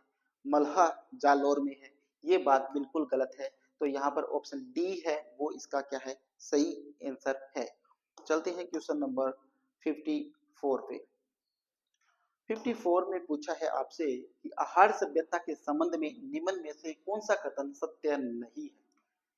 देखिएगा, आहार सभ्यता के संबंध में, निम्न में से कौन सा कथन सत्य नहीं है? तो दोस्तों जानबूझकर क्वेश्चन उठाए गए हैं नहीं वाले, क्योंकि एग्जाम के अंदर 5 या 7 क्वेश्चन हर एग्जाम में नहीं वाले डालते हैं और स्टूडेंट क्या करते हैं, गलती करके आते हैं कि क्वेश्चन को पढ़ने में क्या करते हैं, गलती करते हैं। क्वेश्चन को नहीं ना पढ़ते हुए आंसर देते हैं और उनका आंसर गलत हो जाता है। घर आकर जब वो मिलाते हैं तो सोचते हैं कि मैंने इस नई को तो देखा ही नहीं, और देखने का मतलब क्वेश्चन गलत होना, और क्वेश्चन गलत होने का मतलब मेरिट में कम से कम 100,000 स्टूडेंट से पीछे आ जाना एक क्वेश्चन गलत होने की वजह से। तो इस नहीं को आप पहले ही राउंड अप की लीजिएगा, मार्क कर लीजिएगा, ताकि आप उसको भूले नहीं। मैं हर कक्षा के अंदर ये बात जरूर बताता हूँ कि आप नहीं वाले क्वेश्चनों को मार्क कीजिएगा ताकि आप गलती ना करें। अब चलते हैं इस क्वेश्चन पर, बात करते हैं कि इसमें क्या सही आंसर होगा। इसका उत्खनन आर.सी. अग्रवाल व एच.डी. सांकलिया के निर्देशन में किया गया, बिल्कुल सही बात है। ऑप्शन बी है, यह मृतकों को गहने व आभूषणों के साथ दफनाते हैं, ये बात भी बिल्कुल सही है कि आभूषण जो मृतक होते हैं, जब कोई औरत या पुरुष जब मर जाता है या उसकी मृत्यु हो जाती है तो उसके गहने जो उन्होंने पैर रखे हैं या उसके जो आभूषण होते हैं उसके साथ ही दफना दिए जाते हैं। ये बात सही है आर्य सभ्यता के बारे में। इसका दूसरा जो नाम है वो ताम्रवती नगरी है, ये भी बिल्कुल सही बात है। ऑप्शन 4, ऑप्शन डी पढ़ते हैं। यहाँ बच्चों के कंकाल की खोपड़ी में 6 छिद्र मिले हैं, ये बात गलत है। 6 छिद्र जो मिले हैं वो मिले हैं कालीबंगा सभ्यता में। इस सभ्यता में कालीबंगा जो सभ्यता है, इस कालीबंगा सभ्यता के अंदर 6 छिद्र वाले क्या मिले हैं, कंकाल मिले। तो यहाँ पर ये गलत है, तो ऑप्शन डी जो है वो इसका सही आंसर होगा। ओके, अब हम चलते हैं क्वेश्चन नंबर 55 पे। देखिएगा, क्वेश्चन नंबर 55 में आपसे पूछा है महाराणा राज सिंह के संबंध में निम्न में से कौन सा कथन सही नहीं है। फिर से नहीं वाला क्वेश्चन पूछा है। महाराणा राज सिंह के संबंध में निम्न में कौन सा कथन सही नहीं है। देखिएगा, औरंगजेब द्वारा इन्हें 6,000 जात सवार का मनसब प्रदान किया गया था, बिल्कुल सही बात है। इन्होंने एक और किसको दिया था, औरंगजेब ने, सॉरी, जहांगीर ने किसको दिया था, अकबर ने किसको दिया था, 6,000 जो जात है और सवार एक और को दिया था, वो दिया था मान सिंह को। किसने दिया था, मान सिंह को दिया गया था। जयपुर के जो राजा थे उनको भी 6,000 जात और सवार दिए गए थे। तो ये बात सही है। मुगल मारवाड़ संघर्ष में इन्होंने राठौड़ों का साथ दिया, बिल्कुल सही बात है। आयड नदी का पानी रोककर राजसमंद झील का निर्माण किया गया, ये बात मेरे को गलत लग रही है, लेकिन पढ़ते हैं ऑप्शन डी को भी। 1679 में औरंगजेब द्वारा जजिया कर लगाने पर इसका विरोध किया गया, बिल्कुल सही बात। राज सिंह ने 1679 में औरंगजेब के जजिया कर जो लगाया गया था उसका विरोध किया गया था। ये 3 बात सही है ए, बी और डी की। ऑप्शन सी है वो बिल्कुल गलत बात है। आयड नदी के जल को रोककर राजसमंद झील का निर्माण नहीं किया गया था। ओके, अब चलते हैं क्वेश्चन नंबर 56 पे। देखिए क्वेश्चन नंबर 56, लिंगानुपात सुधारने तथा बेटियों और महिलाओं को होने वाले एनीमिया एनीमिया से मुक्त कराने के लिए बीकानेर जिले में कौन सा अभियान की शुरुआत की गई। क्या कि लिंग अनुपात सुधारने तथा बेटियों तथा महिलाओं को होने वाले एनीमिया रोग से मुक्त करने के लिए बीकानेर जिले में, कौन से जिले में, बीकानेर जिले में कौन सा अभियान की शुरुआत की गई? शक्ति, लाडेसर, उजास या प्रगति? तो बताइएगा राइट आंसर। तो इसका जो राइट आंसर है वो है ऑप्शन ए, शक्ति। कौन सा अभियान चलाया गया था? शक्ति अभियान चलाया गया था। चलते हैं क्वेश्चन नंबर 57 पे। प्रदेश की पहली किसान पाठशाला कहाँ खुलने जा रही है? क्या प्रदेश की पहली किसान पाठशाला कहाँ खुलने जा रही है? कौन सी किसान पाठशाला? तो सिमलवाड़ा जयपुर में, मालपुरा टोंक में, बामनवास डूंगरपुर में, फतेहपुर सीकर में। चारों में से जो राइट आंसर है वो आपको बताना है, वो भी कमेंट करते हुए बताइएगा इसका राइट आंसर। प्रदेश की पहली किसान पाठशाला है वो दोस्तों फतेहपुर सीकर में खोली जा रही है। कहाँ? फतेहपुर सीकर में। चलते हैं क्वेश्चन नंबर 58। देखिएगा, सीखने की परिघटना में निम्नलिखित में से कौन सा आवश्यक घटक नहीं है? साइकोलॉजी का क्वेश्चन आ गया है। किसका क्वेश्चन है ये? साइकोलॉजी का। साइकोलॉजी का क्वेश्चन है ये, मनोविज्ञान, मनोविज्ञान के ये क्वेश्चन है। ठीक है, तो बताइएगा, सीखने की परिघटना में निम्नलिखित में कौन सा आवश्यक घटक नहीं है? अधिगमकर्ता होना चाहिए, आंतरिक अवस्था होनी चाहिए, प्रेरक होनी चाहिए, शिक्षक की ज्यादा आवश्यकता नहीं होती। तो ऑप्शन डी है वो यहाँ पर क्या है? बिल्कुल सही आंसर है। चलते हैं क्वेश्चन नंबर 59 पे। देखिएगा, क्वेश्चन नंबर 59 में पूछा है कि निम्नलिखित में से कौन सा सिद्धांत यह दर्शाता है कि अपेक्षित व्यवहार के सन्निकट सकारात्मक प्रतिक्रिया तथा पुनर्बलन के फलस्वरूप व्यवहारात्मक विकास किया जा सकता है? निम्नलिखित में से कौन सा सिद्धांत यह दर्शाता है कि अपेक्षित व्यवहार के सन्निकट सकारात्मक प्रतिक्रिया तथा पुनर्बलन फलस्वरूप व्यवहारात्मक विकास किया जा सकता है? ऑप्शन ए शास्त्रीय अनुबंधन, ऑप्शन बी वाद्य अनुबंधन, ऑप्शन सी ऑपरेंट अनुबंधन और ऑप्शन डी सामाजिक अनुबंधन। तो बताइएगा चारों में से राइट आंसर कौन सा होगा? तो इसका राइट आंसर है ऑप्शन सी ऑपरेंट अनुबंधन। Option C is right here. चलते हैं क्वेश्चन नंबर 60 पे। देखिएगा, क्वेश्चन नंबर 60 में है, सीखने की प्रक्रिया में विद्यार्थी द्वारा की गई त्रुटियों के संबंध में आपकी दृष्टि में निम्नलिखित में से कौन सा कथन सर्वोत्तम है? क्या पूछा है? सर्वोत्तम पूछा है। क्या? क्वेश्चन को फिर से रिपीट कीजिएगा।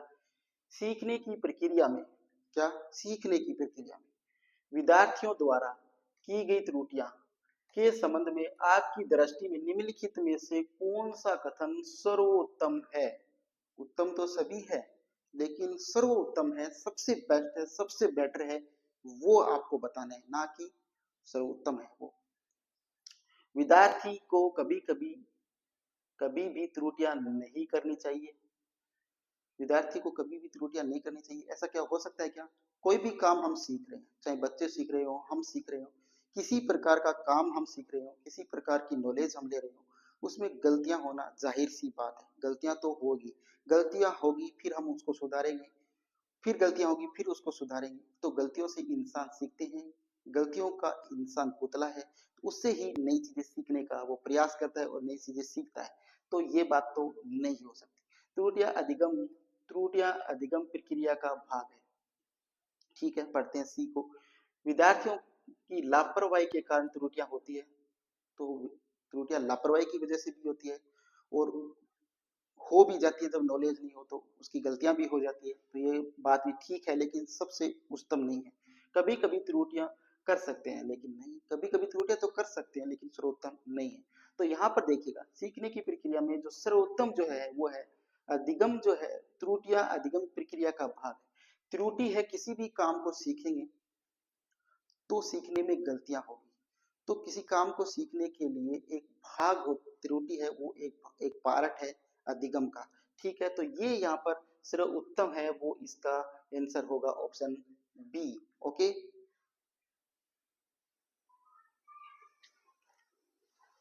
ओके दोस्तों, स्टार्ट करते हैं क्वेश्चन नंबर 16। क्वेश्चन नंबर 61 में दे रखा है कि निम्न में से कौन सा कथन अधिगम की प्रक्रिया को उचित ढंग से प्रस्तुत करता है। क्या दे रखा है कि निम्न में से कौन सा कथन अधिगम की प्रक्रिया को उचित ढंग से क्या करता है, प्रस्तुत करता है। तो चाहे ऑप्शन ए में दे रखा है व्यवहार में परिवर्तन, ऑप्शन बी में सामाजिक व्यवहार में परिवर्तन, ऑप्शन सी में कक्षा कक्ष में अधिगम और ऑप्शन डी में संवेदनाओं में परिवर्तन। चारों में से जो राइट आंसर है वो आपको बताना है, वो भी कमेंट करते हुए बताइएगा। कौन सा कथन है जो अधिगम की प्रक्रिया को उचित ढंग से प्रस्तुत करता है, वो है ऑप्शन ए यानी व्यवहार में परिवर्तन। तो यहाँ पर जो सही आंसर होगा वो ऑप्शन ए होगा। हाँ, अब चलते क्वेश्चन नंबर 62 पे। देखिएगा, क्वेश्चन नंबर 62 में आपसे पूछा है कि निम्न को सुमिलित कीजिए। निम्न को सुमिलित कीजिए, ठीक है, निम्न को सुमिलित कीजिएगा। थॉर्नडाइक का सिद्धांत, परिपक्व अनुपात अनुसूची और स्किनर का सिद्धांत, स्किनर का नंबर 2 है अभ्यास का नियम, पावलोव प्रत्याशा और टोलमैन चिन्ह अनुबंधन का सिद्धांत। चारों को हमें क्या करना है, सुमिलित करना है। ठीक है, क्या करना है, मिलान करना है। क्या करना है, मिलान करना है। मिलाते देखो, थॉर्नडाइक का सिद्धांत कौन सा था दोस्तों, थॉर्नडाइक का सिद्धांत है वो है अभ्यास और अभ्यास का नियम। तो ए को 2 से मिलाते हैं। स्किनर का सिद्धांत कौन सा है, परिवर्तन अनुपात अनुसूची का सिद्धांत। ठीक है, तो ये 1 नंबर हो गया। पावलोव का सिद्धांत कौन सा है, पावलोव का सिद्धांत है चिन्ह अनुबंधन का सिद्धांत। और टोलमैन का सिद्धांत है वो है प्रत्याशा का सिद्धांत। देखिएगा, ऑप्शन है यहाँ पर 2, 1, 4 और 3, ये हमने मिलान किए। देखिएगा यहाँ पर राइट आंसर इसका कौन सा होगा। ऑप्शन ए में है 1 2 सॉरी 2 1 4 3 मिल गया, पहले ही 2 1 4 3 मिल गया। तो ऑप्शन 1 है वो क्या है यहाँ पर, बिल्कुल सही है। लेकिन ऑप्शन देखते हैं तो नीचे भी, क्या पता एक जैसे ऑप्शन दे रखे हो, 1 2 1 2 3 4 नहीं होगा, 3 4 2 1 नहीं होगा, 4 1 2 3 ये भी नहीं होगा। तो ये ऑप्शन 1 है वो बिल्कुल इसका सही आंसर है। अब पढ़ते हैं क्वेश्चन नंबर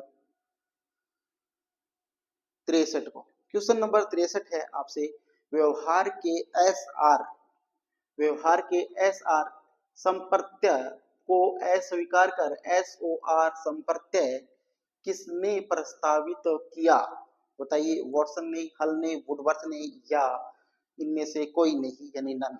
बताइएगा कि व्यवहार के एस आर संप्रत्यन को अस्वीकार कर एस ओ आर संप्रत्यय किसने प्रस्तुत किया, वॉटसन ने, हल ने, वुडवर्थ ने या इनमें से कोई भी नहीं।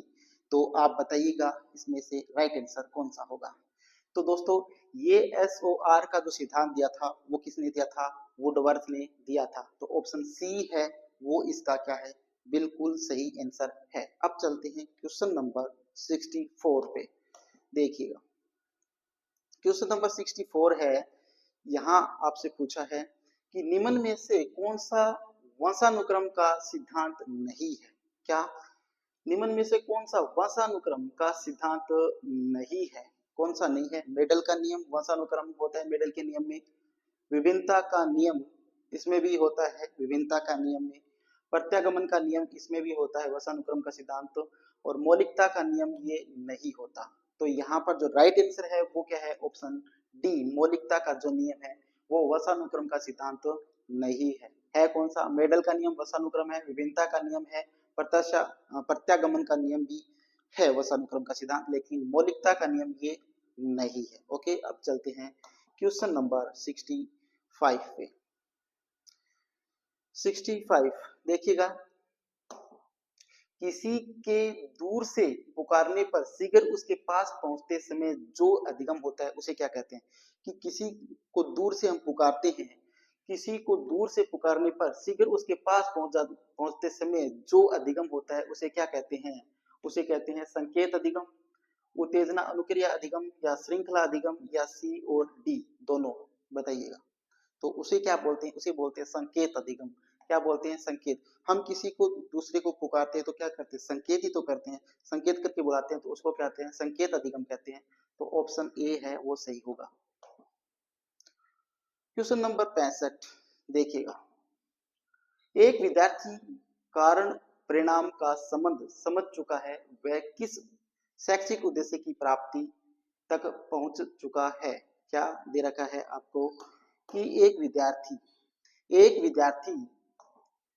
एक विद्यार्थी कारण परिणाम का संबंध समझ चुका है, वह किस शैक्षिक उद्देश्य की प्राप्ति कर चुका है, कि वो कारण और परिणाम दोनों को समझ चुका है, तो वो किस अधिगम तक पहुंच चुका है, कि वो कारण भी जानता है किसी चीज का और उसका परिणाम भी जानता है।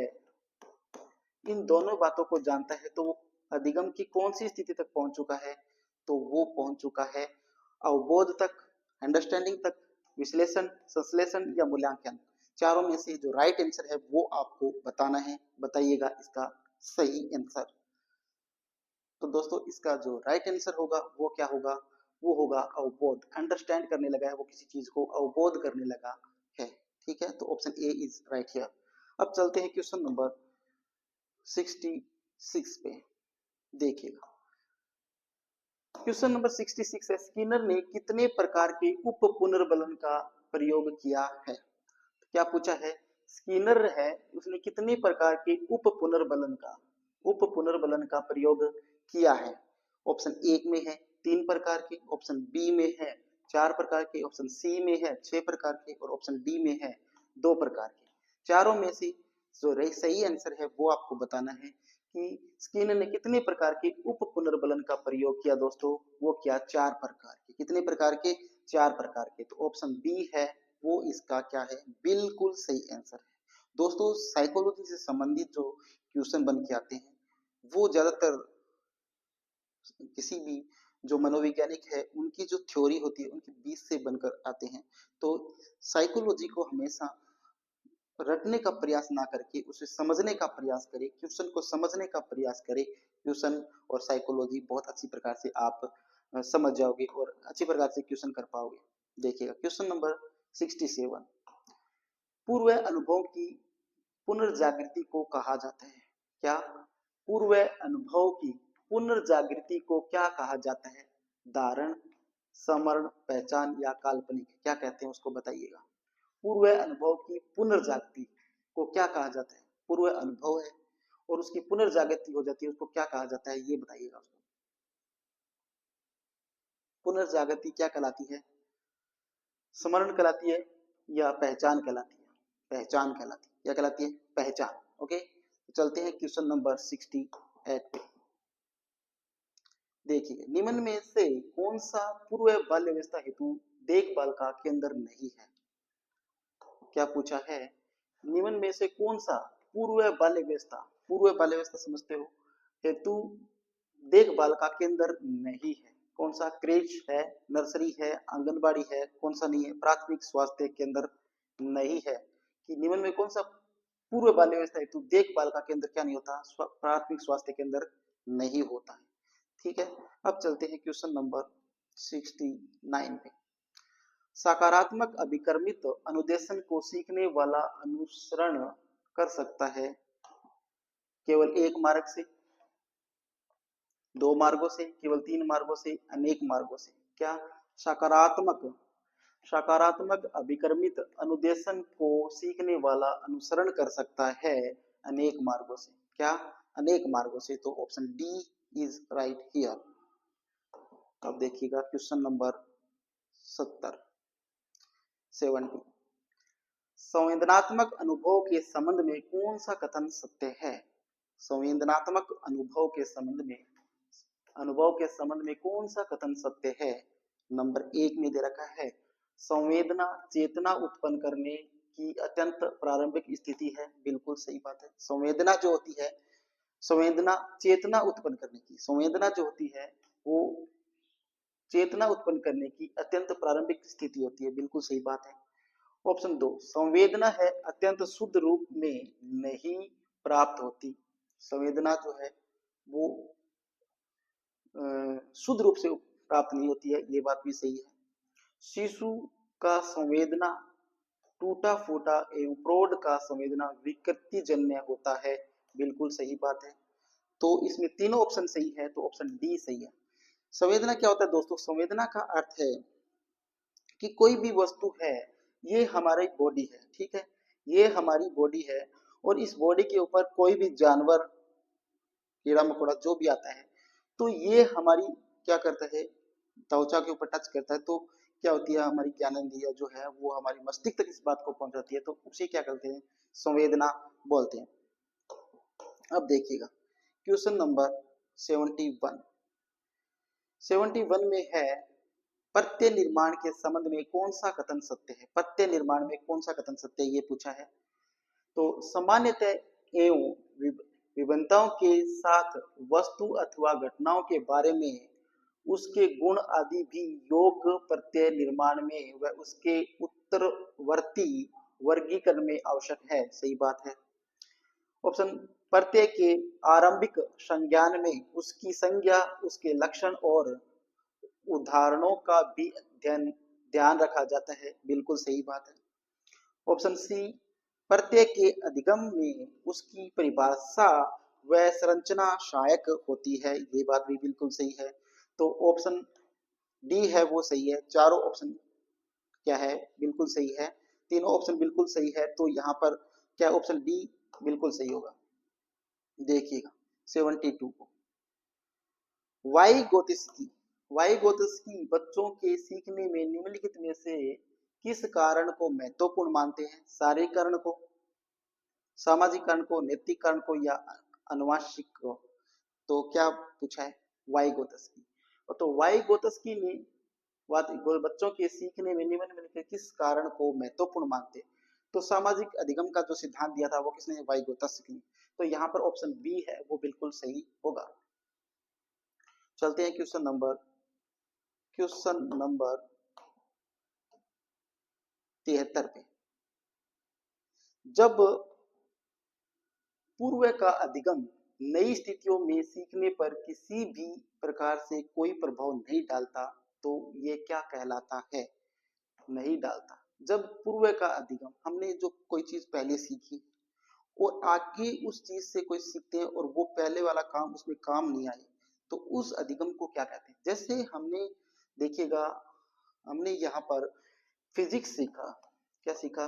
फिजिक्स फिजिक्स पढ़ा, ठीक है, हमने पहले फिजिक्स का अधिगम किया, और अब हम क्या पढ़ रहे हैं? मैथ पढ़ रहे हैं। क्या पढ़ रहे हैं? मैथ पढ़ रहे हैं, इंग्लिश पढ़ रहे हैं, ठीक है, या हिस्ट्री पढ़ रहे हैं।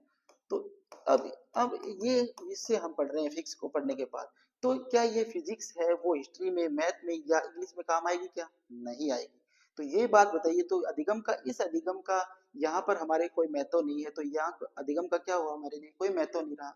तो देखिएगा, जब पूर्व का अधिगम नई स्थितियों में सीखने पर किसी भी प्रकार का कोई प्रभाव नहीं डालता, तो वो क्या कहलाता है? अधिगम का शून्य स्थानांतरण, ठीक है, समस्या समाधान अधिगम, अधिगम का सकारात्मक स्थानांतरण, या अधिगम का नकारात्मक स्थानांतरण। तो अभी अधिगम से कोई फायदा नहीं हुआ, तो अधिगम हमारे लिए क्या था? शून्य था, तो अधिगम का शून्य स्थानांतरण है वो क्या है? इसका सही आंसर होगा। ओके,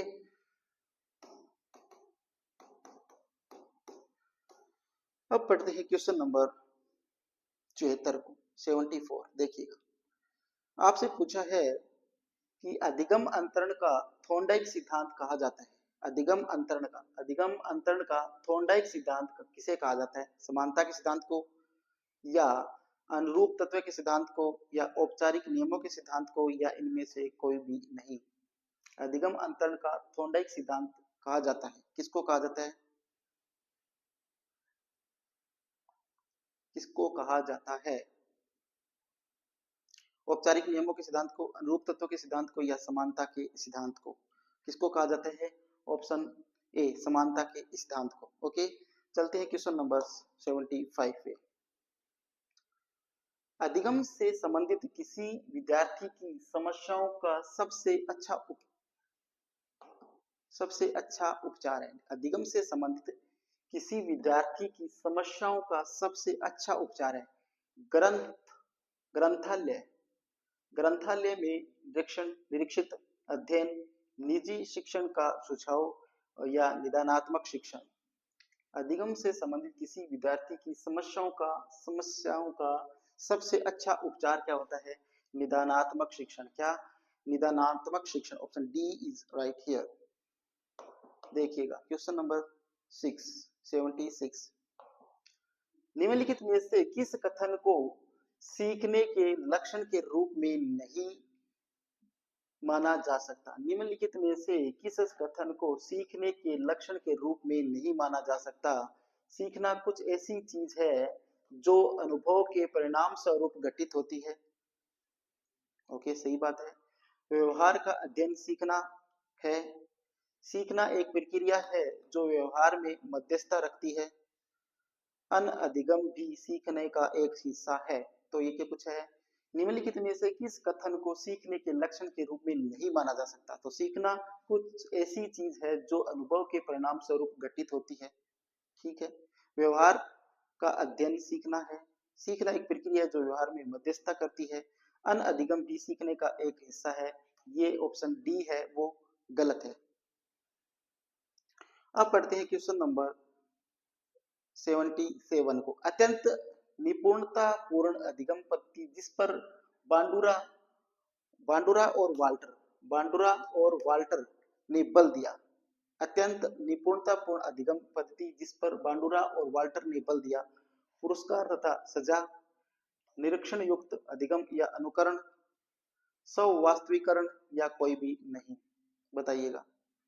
तो उन्होंने कौन सा? निरीक्षण युक्त अधिगम या अनुकरण। ये ऑप्शन बी है वो बिल्कुल सही होगा। देखिएगा 78। माता पिता को अपनी संतान को बुद्धू, मूर्ख आदि नहीं कहना चाहिए क्योंकि बच्चे उन शब्दों का दोहरान करेंगे। सही बात है। वह अपने में इन अवगुणों को ढूंढेंगे। सही बात है। इनमें अपशब्द भाषण की आदत पड़ेगी। सही बात है। तो चारों चीज है वो सही दे रखी है। ठीक है, ये चीज नहीं करनी चाहिए माता पिता को। अब पढ़ते हैं 79।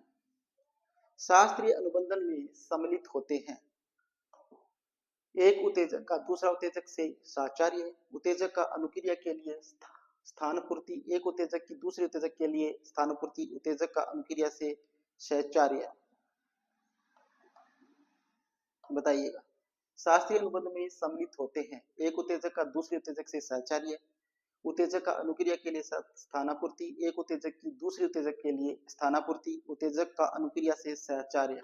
Option C is right. एक उत्तेजक की दूसरे उत्तेजक के लिए स्थानापूर्ति। ओके, चलते हैं क्वेश्चन नंबर 80 पे। अनुकरण को कहा जाता है। अनुकरण को क्या कहा जाता है? शिक्षा का माध्य, शिक्षा का प्रारंभ, शिक्षा का भविष्य, शिक्षा का समापन। तो अनुकरण को क्या कहा जाता है? शिक्षा का आरंभ क्या कहा जाता है? शिक्षा का प्रारंभ क्या कहलाता है? अनुकरण कहलाता है। ओके, देखिए 81।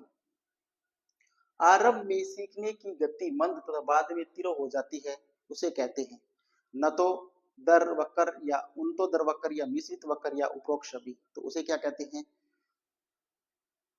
न तो दर, क्या कहते हैं उसको?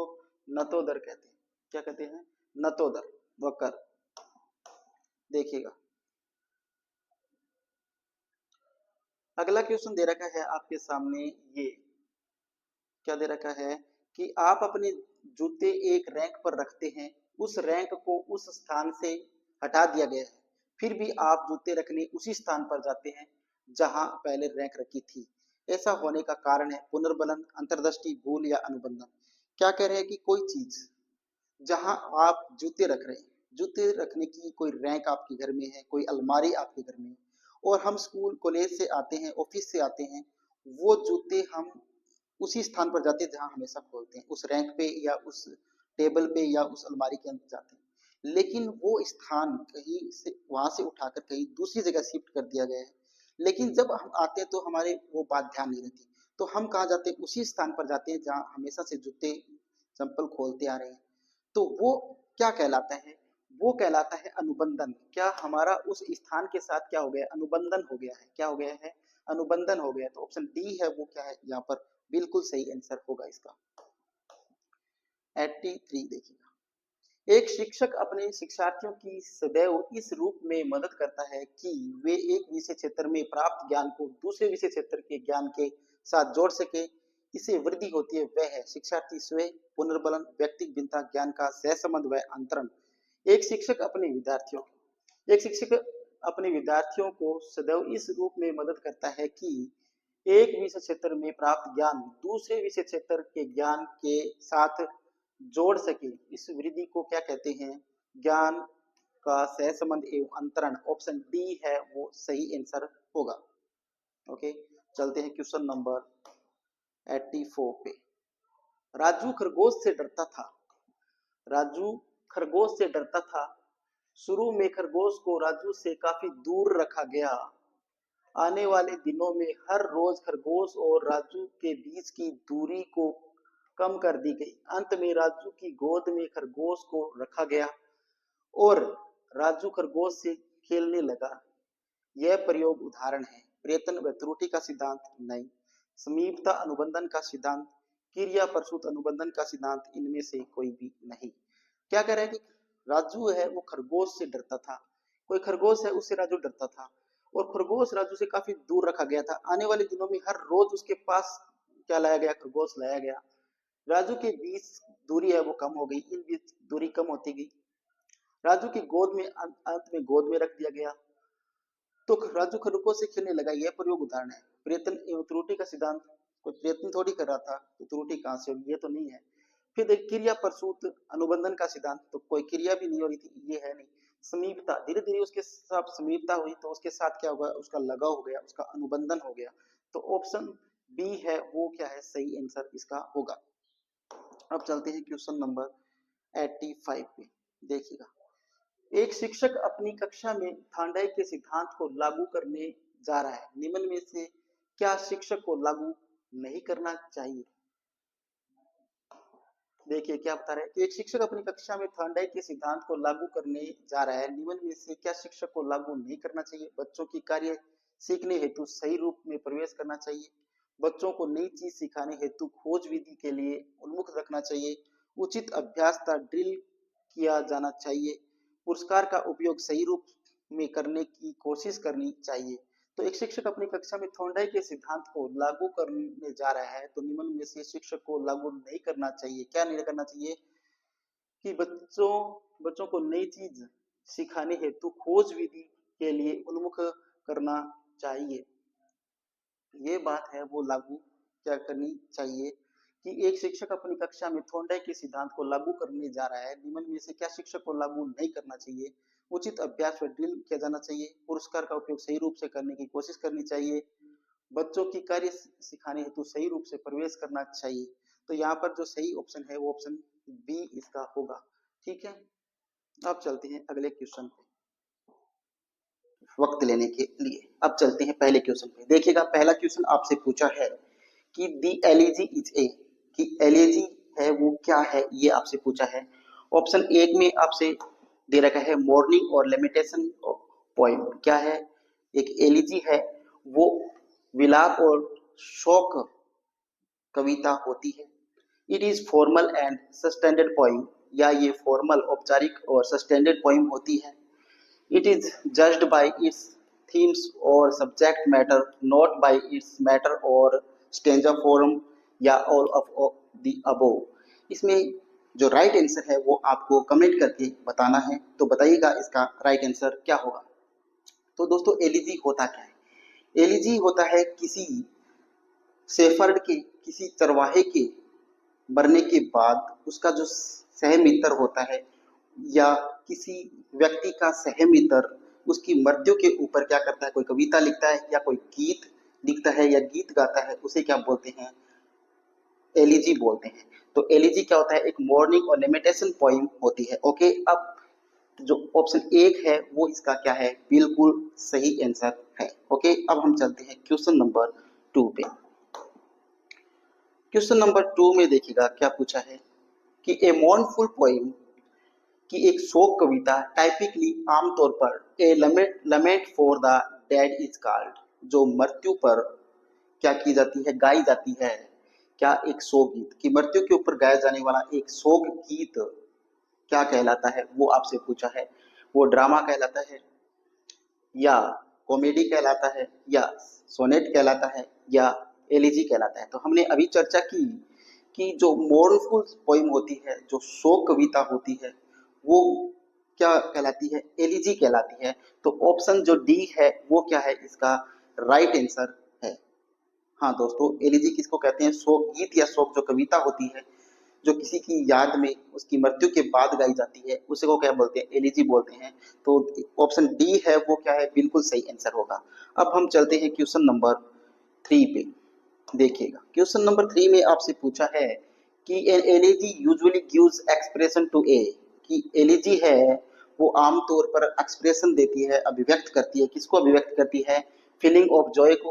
क्या करती है, फीलिंग ऑफ जॉय को करती है, या सेंस ऑफ लॉस को करती है, या फीलिंग ऑफ विक्ट्री को करती है, या सेंस ऑफ डिफेट को करती है।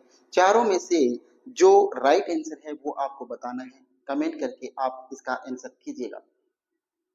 तो दोस्तों, एलिजी है वो किसको अभिव्यक्त करती है, वो करती है सेंस ऑफ डिफीट, हार को नहीं, विक्ट्री को, जीत को नहीं, इंजॉय आनंद को नहीं, तो करती किसका है, सेंस ऑफ लॉस, किसी के खोने का जो सेंस होता है उसको अभिव्यक्त करती है। तो यहाँ पर ऑप्शन 2 है वो क्या है, बिल्कुल सही आंसर इसका होगा।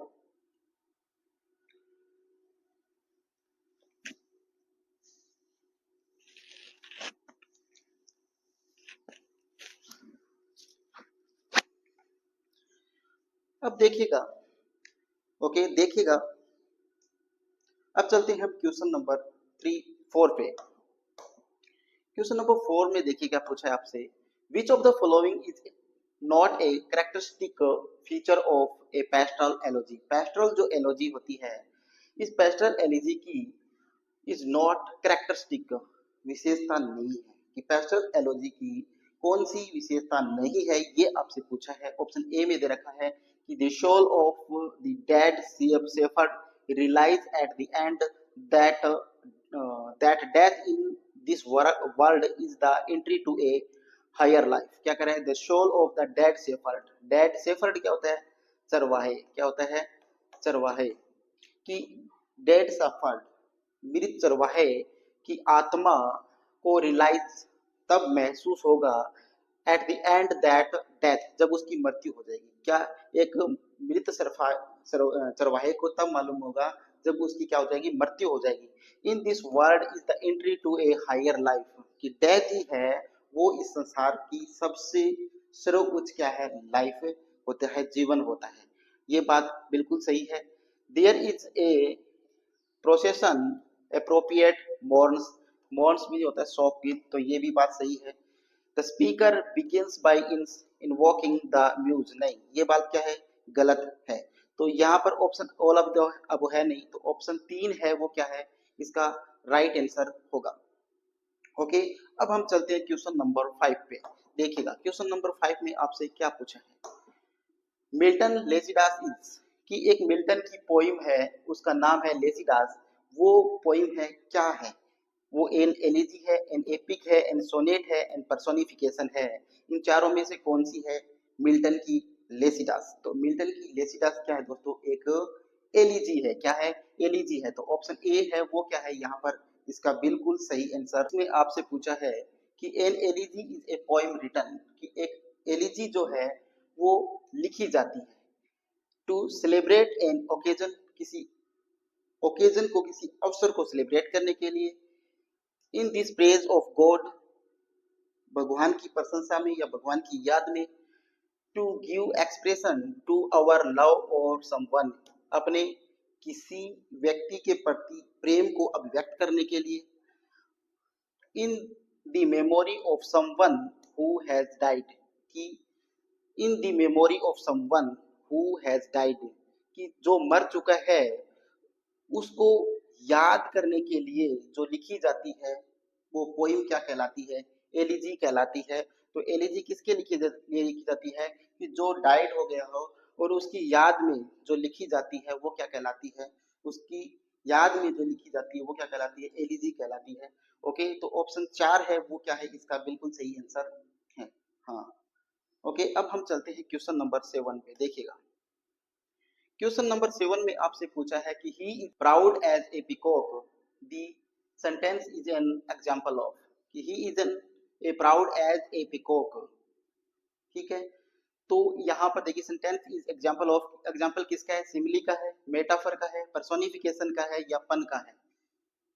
ये जो आपको सेंटेंस दे रखा है ये किस पोइम का क्या है, सेंटेंस है, ये आपसे पूछा है। तो आपको बताना है, बताइएगा कि यहाँ पर देखिए एज दे रखा है, जहां कहीं भी एज, शो और लाइक दे रखा हो और दो वाक्यों के बीच में, सॉरी, दो दोनों के बीच में क्या रखी हो, तुलना कर रखी हो, कि दो, देखिए दो व्यक्तियों की भी तुलना हो रखी है, तो ही और पिकॉक के बीच में तुलना की गई है। तो तुलना जहां हो वहां मेटाफर भी होता है, लेकिन जहां पर क्या मिले, एज मिले, शो मिले और लाइक मिले और फिर तुलना हो तो वो क्या कहलाती है, सिमिली कहलाती है। तो ऑप्शन ए है वो क्या है यहाँ पर करेक्ट आंसर इसका होगा। ओके, अब हम चलते हैं क्वेश्चन नंबर 8 पे। देखिएगा, क्वेश्चन नंबर 8 है कि the soul was like a star, कि the soul was like a star, कि तेरी जो सोल है, तेरी आत्मा जो है वो लाइक है किसकी तरह, एक स्टार की तरह, कि तेरी आत्मा है वो एक तारे की जैसी है। एंड डिवॉल्ट अपार्ट, और वो क्या हो गई है, अलग हो गई, कि तेरी जो आत्मा है वो तारे की जैसी है और वो क्या हो गई है, अलग हो गई है। तो दो वस्तुओं के बीच में तुलना की गई है। Choose the correct option of the figure of speech which is used in the above lines, कि अबो लाइन के अंदर जो फिगर ऑफ स्पीच दे रखी है वो आपको बतानी है। तो देखिए, the soul was like a star, कि तो सोल की तुलना किससे की गई है, आत्मा की तुलना किससे की गई है, इस स्टार से की गई है, इस तारे से की गई है। और यहाँ देखिएगा लाइक दे रखा है और मैंने अभी बताया एज, लाइक और शो अगर दे रखा है और तुलना की रखी है तो वो क्या कहलाती है, सिमली कहलाती है। तो यहाँ पर जो इसका राइट आंसर होगा वो ऑप्शन 3 होगा, सिमली। ओके, अब हम चलते हैं क्वेश्चन नंबर 9 पे। देखिएगा, क्वेश्चन नंबर 9 में आपसे क्या पूछा है, errors like straws upon the surface flow, what is the figure of speech in this line, कि एरर्स, त्रुटियां, लाइक जैसे स्ट्रोज अपॉन, स्ट्रोज होते हैं तिनके, क्या होते हैं, तिनके, सरफेस फॉलो होता है सतही प्रवाह, क्या होता है, सतही प्रवाह, कि error like straws upon the surface flow, कि सतही प्रवाह के तिनके के जैसी त्रुटियां, सतही प्रवाह की तिनके के जैसी त्रुटियां, ये क्या दे रखी है यहाँ पर, तुलना कर रखी है। ठीक है, त्रुटि और सरफेस स्ट्रो के बीच में। तो ठीक है, what is the figure of speech इसमें पूछा है, तो फिगर ऑफ स्पीच कौन सा है, लाइक दे रखा है और तुलना कर रखी है। तो यहाँ पर भी ऑप्शन सी जो है, ऑप्शन 3 नंबर जो है वो क्या है, बिल्कुल सही आंसर इसका होगा। ओके, अब हम चलते हैं क्वेश्चन नंबर 10 पे। देखिएगा, क्वेश्चन नंबर 10 है कि neither he nor I were there, यहाँ पर आपसे पूछा है subject verb agreement, subject verb agreement आपको बताना है, क्या बताना है, SVA आपको बताना है इस वाक्य का। तो बताइएगा क्या इसका सही पैटर्न होगा, कि neither he nor I were there, कि ना तो मैं वहां था, ना तो वह था, ना मैं वहां था, ये पूछा है। तो देखिएगा यहाँ पर पढ़ते हैं neither he nor I is there, ठीक है, दूसरा है नाइदर ही और आई एम देयर, तीसरा है neither he nor I was there, और चौथा है नाइदर ही और यू वाज देयर। ठीक है, अब चारों ऑप्शन जो दे रखे हैं इनमें से जो करेक्ट ऑप्शन है वो आपको चूज करना है कि इसका सही पैटर्न कौन सा है, सही पैटर्न आपको बताना है। तो देखते हैं, पहले क्वेश्चन को पढ़ते हैं। कि neither he nor I is, तो देखिएगा इज, आई के साथ कभी इज वर्ब का प्रयोग होता है क्या? नहीं होता, तो ये ऑप्शन यहाँ पर गलत हो गया। दूसरा देखते हैं, नाइदर ही और आई एम देयर, ओके सही बात है, आई के साथ एम का प्रयोग होता है। देखिए नाइदर नोर होता है, और नहीं होता, क्या नहीं होता? और नहीं होता, नाइदर नोर होता है, तो ये यहाँ गलत हो गया। चौथा देखते हैं, नाइदर ही और, यहाँ पर फिर और दे रखा है, तो ये गलत हो गया, नाइदर नोर होता है।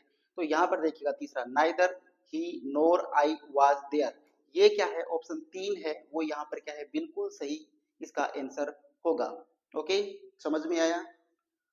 हाँ दोस्तों, ओके, समझ में आपको अगर आया है ये सेंटेंस तो कमेंट करके बताइएगा, और अगर क्लास अच्छी लग रही है तो इसे शेयर, कमेंट और सब्सक्राइब जरूर कीजिएगा, ताकि हमारा भी हौसला बना रहे, हम आपकी इसी प्रकार की कला से अच्छी प्रकार से और बेहतर तरीके से बनाने की प्रयास करें। Thank you. क्वेश्चन नंबर 11 है कि he worked till late in the night dash got up early, कि ही वर्कड टिल लेट, कि वह रात्रि में देर तक क्या कर रहा था? काम कर रहा था। इन द नाइट, रात्रि में, ही गॉट अप अर्ली, लेकिन उसे क्या उठना था? सुबह जल्दी उठना था। अब देखिए कौन सा ऑप्शन सही होगा, वहन होगा, अनटिल होगा, बट होगा, या हाउ होगा। चार ऑप्शन आपके सामने दे रखे हैं, चारों में से जो करेक्ट है वो आपको बताना है, आप कमेंट करके बताइएगा। देखिए दोस्तों, he work till late in the night, कि वो रात्रि में लेट तक क्या कर रहा था? कार्य कर रहा था, लेकिन उसे उठना क्या था? सुबह जल्दी। तो दोस्तों, रात्रि में लेट तक कार्य करने के लिए, क्या करने के लिए? कि रात्रि में आप लेट तक कार्य कर रहे हो, क्या कर रहे हो? रात्रि में लेट तक अगर आप कार्य कर रहे हो और आपको सुबह जल्दी उठना है, तो वहां पर जो प्रयोग होता है वो किसका होता है? बट का प्रयोग होता है। ऑप्शन जो 3 नंबर है वो इसका एकदम सही आंसर होगा। क्या? कि कोई भी कार्य आपको देरी में, रात्रि में लेट तक करना है, देर तक करना है, और सुबह क्या उठना है? जल्दी उठना है, तो हमेशा यहाँ क्या होगा? बट का यूज होगा। ओके, अब हम चलते हैं क्वेश्चन नंबर 12 पे। देखिएगा question number 12, pick out the correct sentence from those given below, कि आपको क्या बताना है? नीचे दिए गए सेंटेंस में से जो करेक्ट है वो आपको चूज करना है। देखते हैं करेक्ट कौन सा है, रॉन्ग कौन सा है। A number of students is absent today, ठीक है, कि number of students is absent today, क्या ये क्या है? देखते हैं, बाद में बात करते हैं। A number of students are being absent today, a number of students are absent today, a number of students have been absent today. Okay, अब देखते हैं, देखिएगा, a number of students, a number of students, a number of students है, वो क्या है? Plural है। Plural क्या है? सब्जेक्ट है। सब्जेक्ट जो इसका है वो क्या है? प्लूरल है। क्या है? प्लूरल है। और प्लूरल सब्जेक्ट के साथ वर्ब भी लगती है, वो क्या लगती है? प्लूरल वर्ब लगती है। क्या लगती है? प्लूरल वर्ब लगती है। तो यहाँ दे रखी है सिंगुलर वर्ब, तो ये गलत हो गया। A number of students are, are के साथ बीइंग दे रखा है, तो ये क्या ये सही होगा? नहीं होगा, तो ये भी गलत होगा, क्योंकि बीइंग नहीं आएगा। ठीक है, वर्ब की क्या आएगी? A number of students are absent today, ये सही है। देखिए number of student plural subject है, और इसके साथ प्लूरल ही क्या हुई है? वर्ब यूज हुई है। ठीक है, a number of students have been, तो देखिएगा हैव बीन लगा रखा है यहाँ पर। ओके, तो ये क्या है? यहाँ पर गलत हो गया, क्योंकि यहाँ पर देखिए स्टूडेंट है, यहाँ केवल क्या है? स्टूडेंट है, ना कि स्टूडेंट्स है, और यहाँ पर प्लूरल वर्ब लगा रखी है, इसलिए ये क्या हो गया? गलत हो गया। तो यहाँ पर जो राइट ऑप्शन होगा वो ऑप्शन 3 होगा। ओके, क्वेश्चन नंबर 16 को देखिएगा। क्वेश्चन नंबर 16 में आपसे पूछा है, it is not A principle of English teaching, कि इंग्लिश टीचिंग का कौन सा सिद्धांत नहीं है, वो आपसे पूछा है कि it is not A principle of English teaching, English शिक्षण का कौन सा सिद्धांत नहीं है, वो पूछा है। कि प्रिंसिपल ऑफ नेचुरल प्रोसेस, ये तो होता है, प्रिंसिपल ऑफ पर्पज ये भी होता है, प्रिंसिपल ऑफ सिलेक्शन ये भी होता है, principle of uprooting from culture ये नहीं होता। तो ऑप्शन 3 है वो क्या है यहाँ पर इसका गलत आंसर होगा। तो 3 आंसर है वो बिल्कुल सही है। अब चलते हैं क्वेश्चन नंबर 17 पे। देखिएगा, trust in God, do the right. Trust in God, भगवान पे विश्वास करो, डू द राइट, वो सब कुछ सही करेगा। क्या करेगा? ट्रस्ट इन गॉड, भगवान पर भरोसा करो, विश्वास करो, किंतु डू द राइट, वो सही करेगा। किंतु करेगा क्या? नहीं, तो ये नहीं होगा। ट्रस्ट इन गॉड और डू द राइट, कि भगवान पर विश्वास करो और डू द राइट, वो सही करेगा, ये भी नहीं होगा। यट, यदि, कि आप विश्वास पर भगवान पर भरोसा करोगे यदि, तो वो क्या सही करेगा? तो ये भी नहीं होगा। ऑप्शन 2 है एंड, ये यहाँ पर राइट आंसर होगा कि ट्रस्ट इन गॉड, भगवान पर विश्वास करो और डू द राइट, वो क्या करेगा? सही करेगा। तो ऑप्शन 2 इसका सही आंसर होगा। अब चलते हैं क्वेश्चन नंबर 18 पे। क्वेश्चन नंबर 18 है which of the following can be taken under the principle of motivation. Principle of motivation, अभिप्रेरणा, कि अभिप्रेरणा का सिद्धांत कहां से लिया गया है, ये आपसे पूछा है। The sequence should be according to the level of students, the sequence should be according to the level of students, कि जो सीक्वेंस है, जो क्रम है, वो विद्यार्थियों के स्तर, लेवल स्तर के अनुसार होना चाहिए।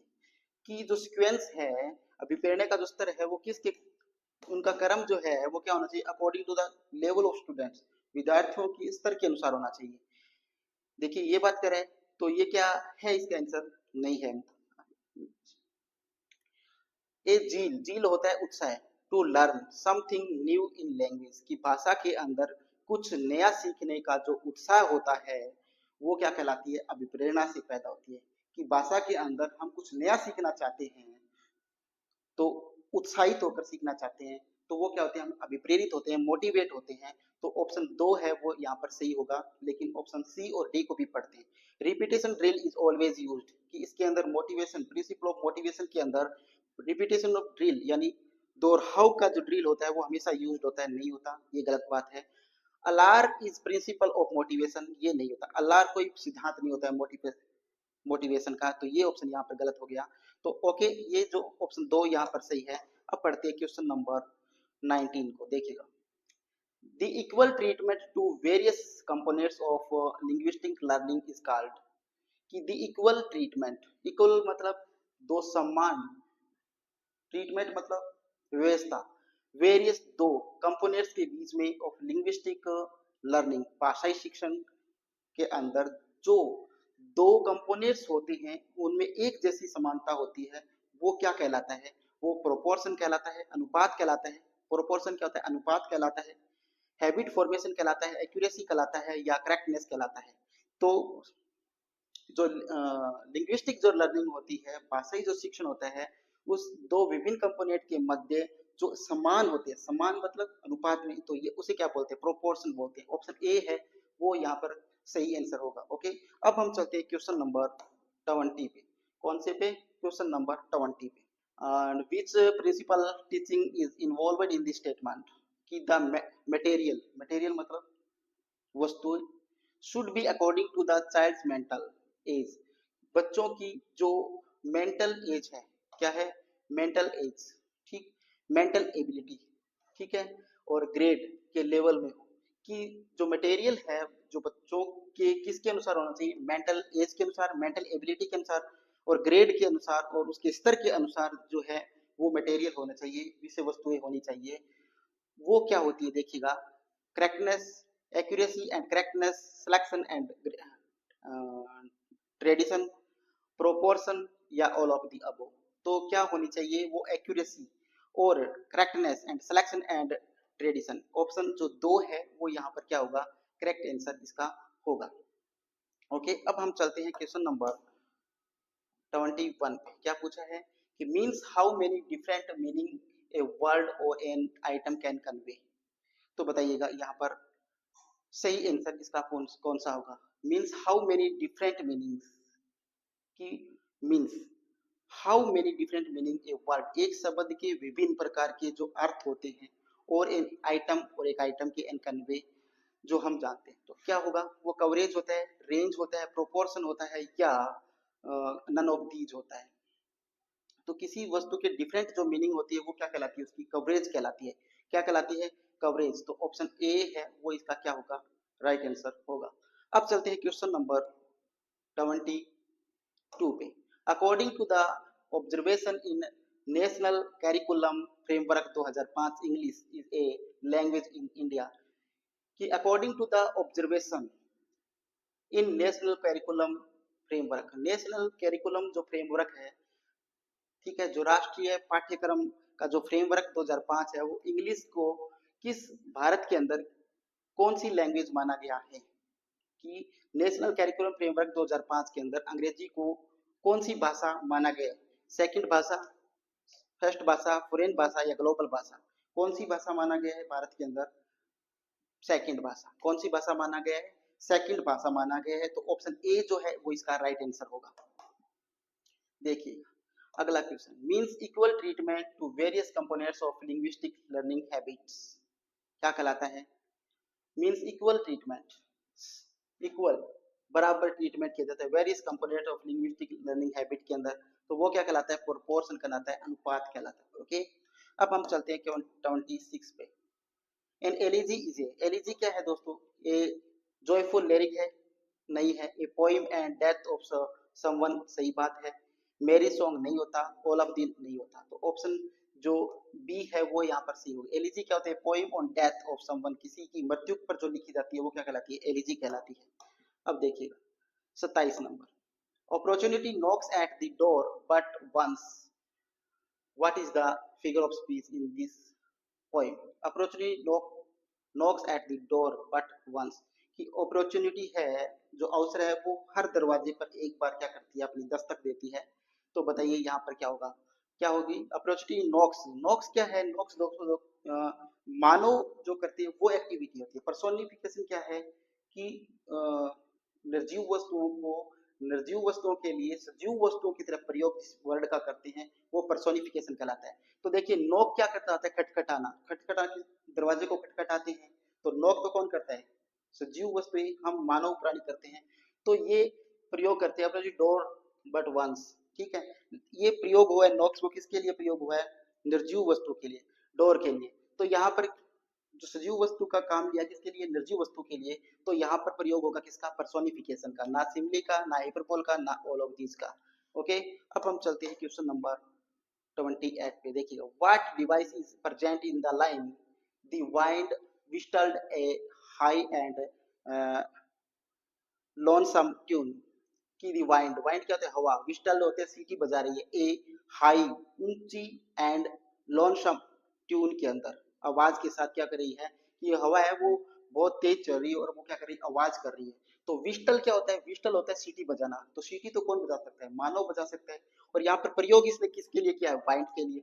तो यहाँ पर क्या हो गया, निर्जीव वस्तु के लिए सजीव वस्तु में जो प्रयोग करते हैं उस वर्ड का प्रयोग किया गया है। तो ये क्या है, पर्सोनिफिकेशन है। तो ऑप्शन 2 है वो करेक्ट इसका आंसर होगा। अब चलते हैं क्वेश्चन नंबर 29 पे। देखिएगा, choose the correct figure of speech in the lines given below. Pride goeth forth or horseback, grand and gay but cometh on foot and begins its way. तो यहाँ देखिएगा, for grand and gay but cometh on foot and back to way, इसमें क्या है दोस्तों, इसमें भी क्या है, प्राइड। प्राइड क्या होता है, गर्वित होता, वो किसके लिए प्रयोग किया जाता है, मानव के लिए। तो यहाँ पर भी क्या है, यहाँ पर प्रयोग किसके लिए किया जाता है, हॉर्स बैक के लिए। तो प्राइड का प्रयोग किया गया है। तो यहाँ पर क्या होगा, पर्सोनिफिकेशन होगा। ओके, अब चलते हैं क्वेश्चन नंबर 13 पे। इन Saxon state that Abies front, इसमें क्या है, ये भी क्या है, पर्सोनिफिकेशन है। क्या है, personification. And Saxon strength, strength किसके लिए प्रयोग होता है, मानव के लिए, ताकत का प्रयोग किया जाता है, सैक्सोन दैट एबीज फॉरवर्ड। तो यहाँ पर जब प्रयोग हुआ है, पर्सोनिफिकेशन का प्रयोग हुआ है। ओके, ओके दोस्तों, थैंक यू ये क्लास देखने के लिए आपका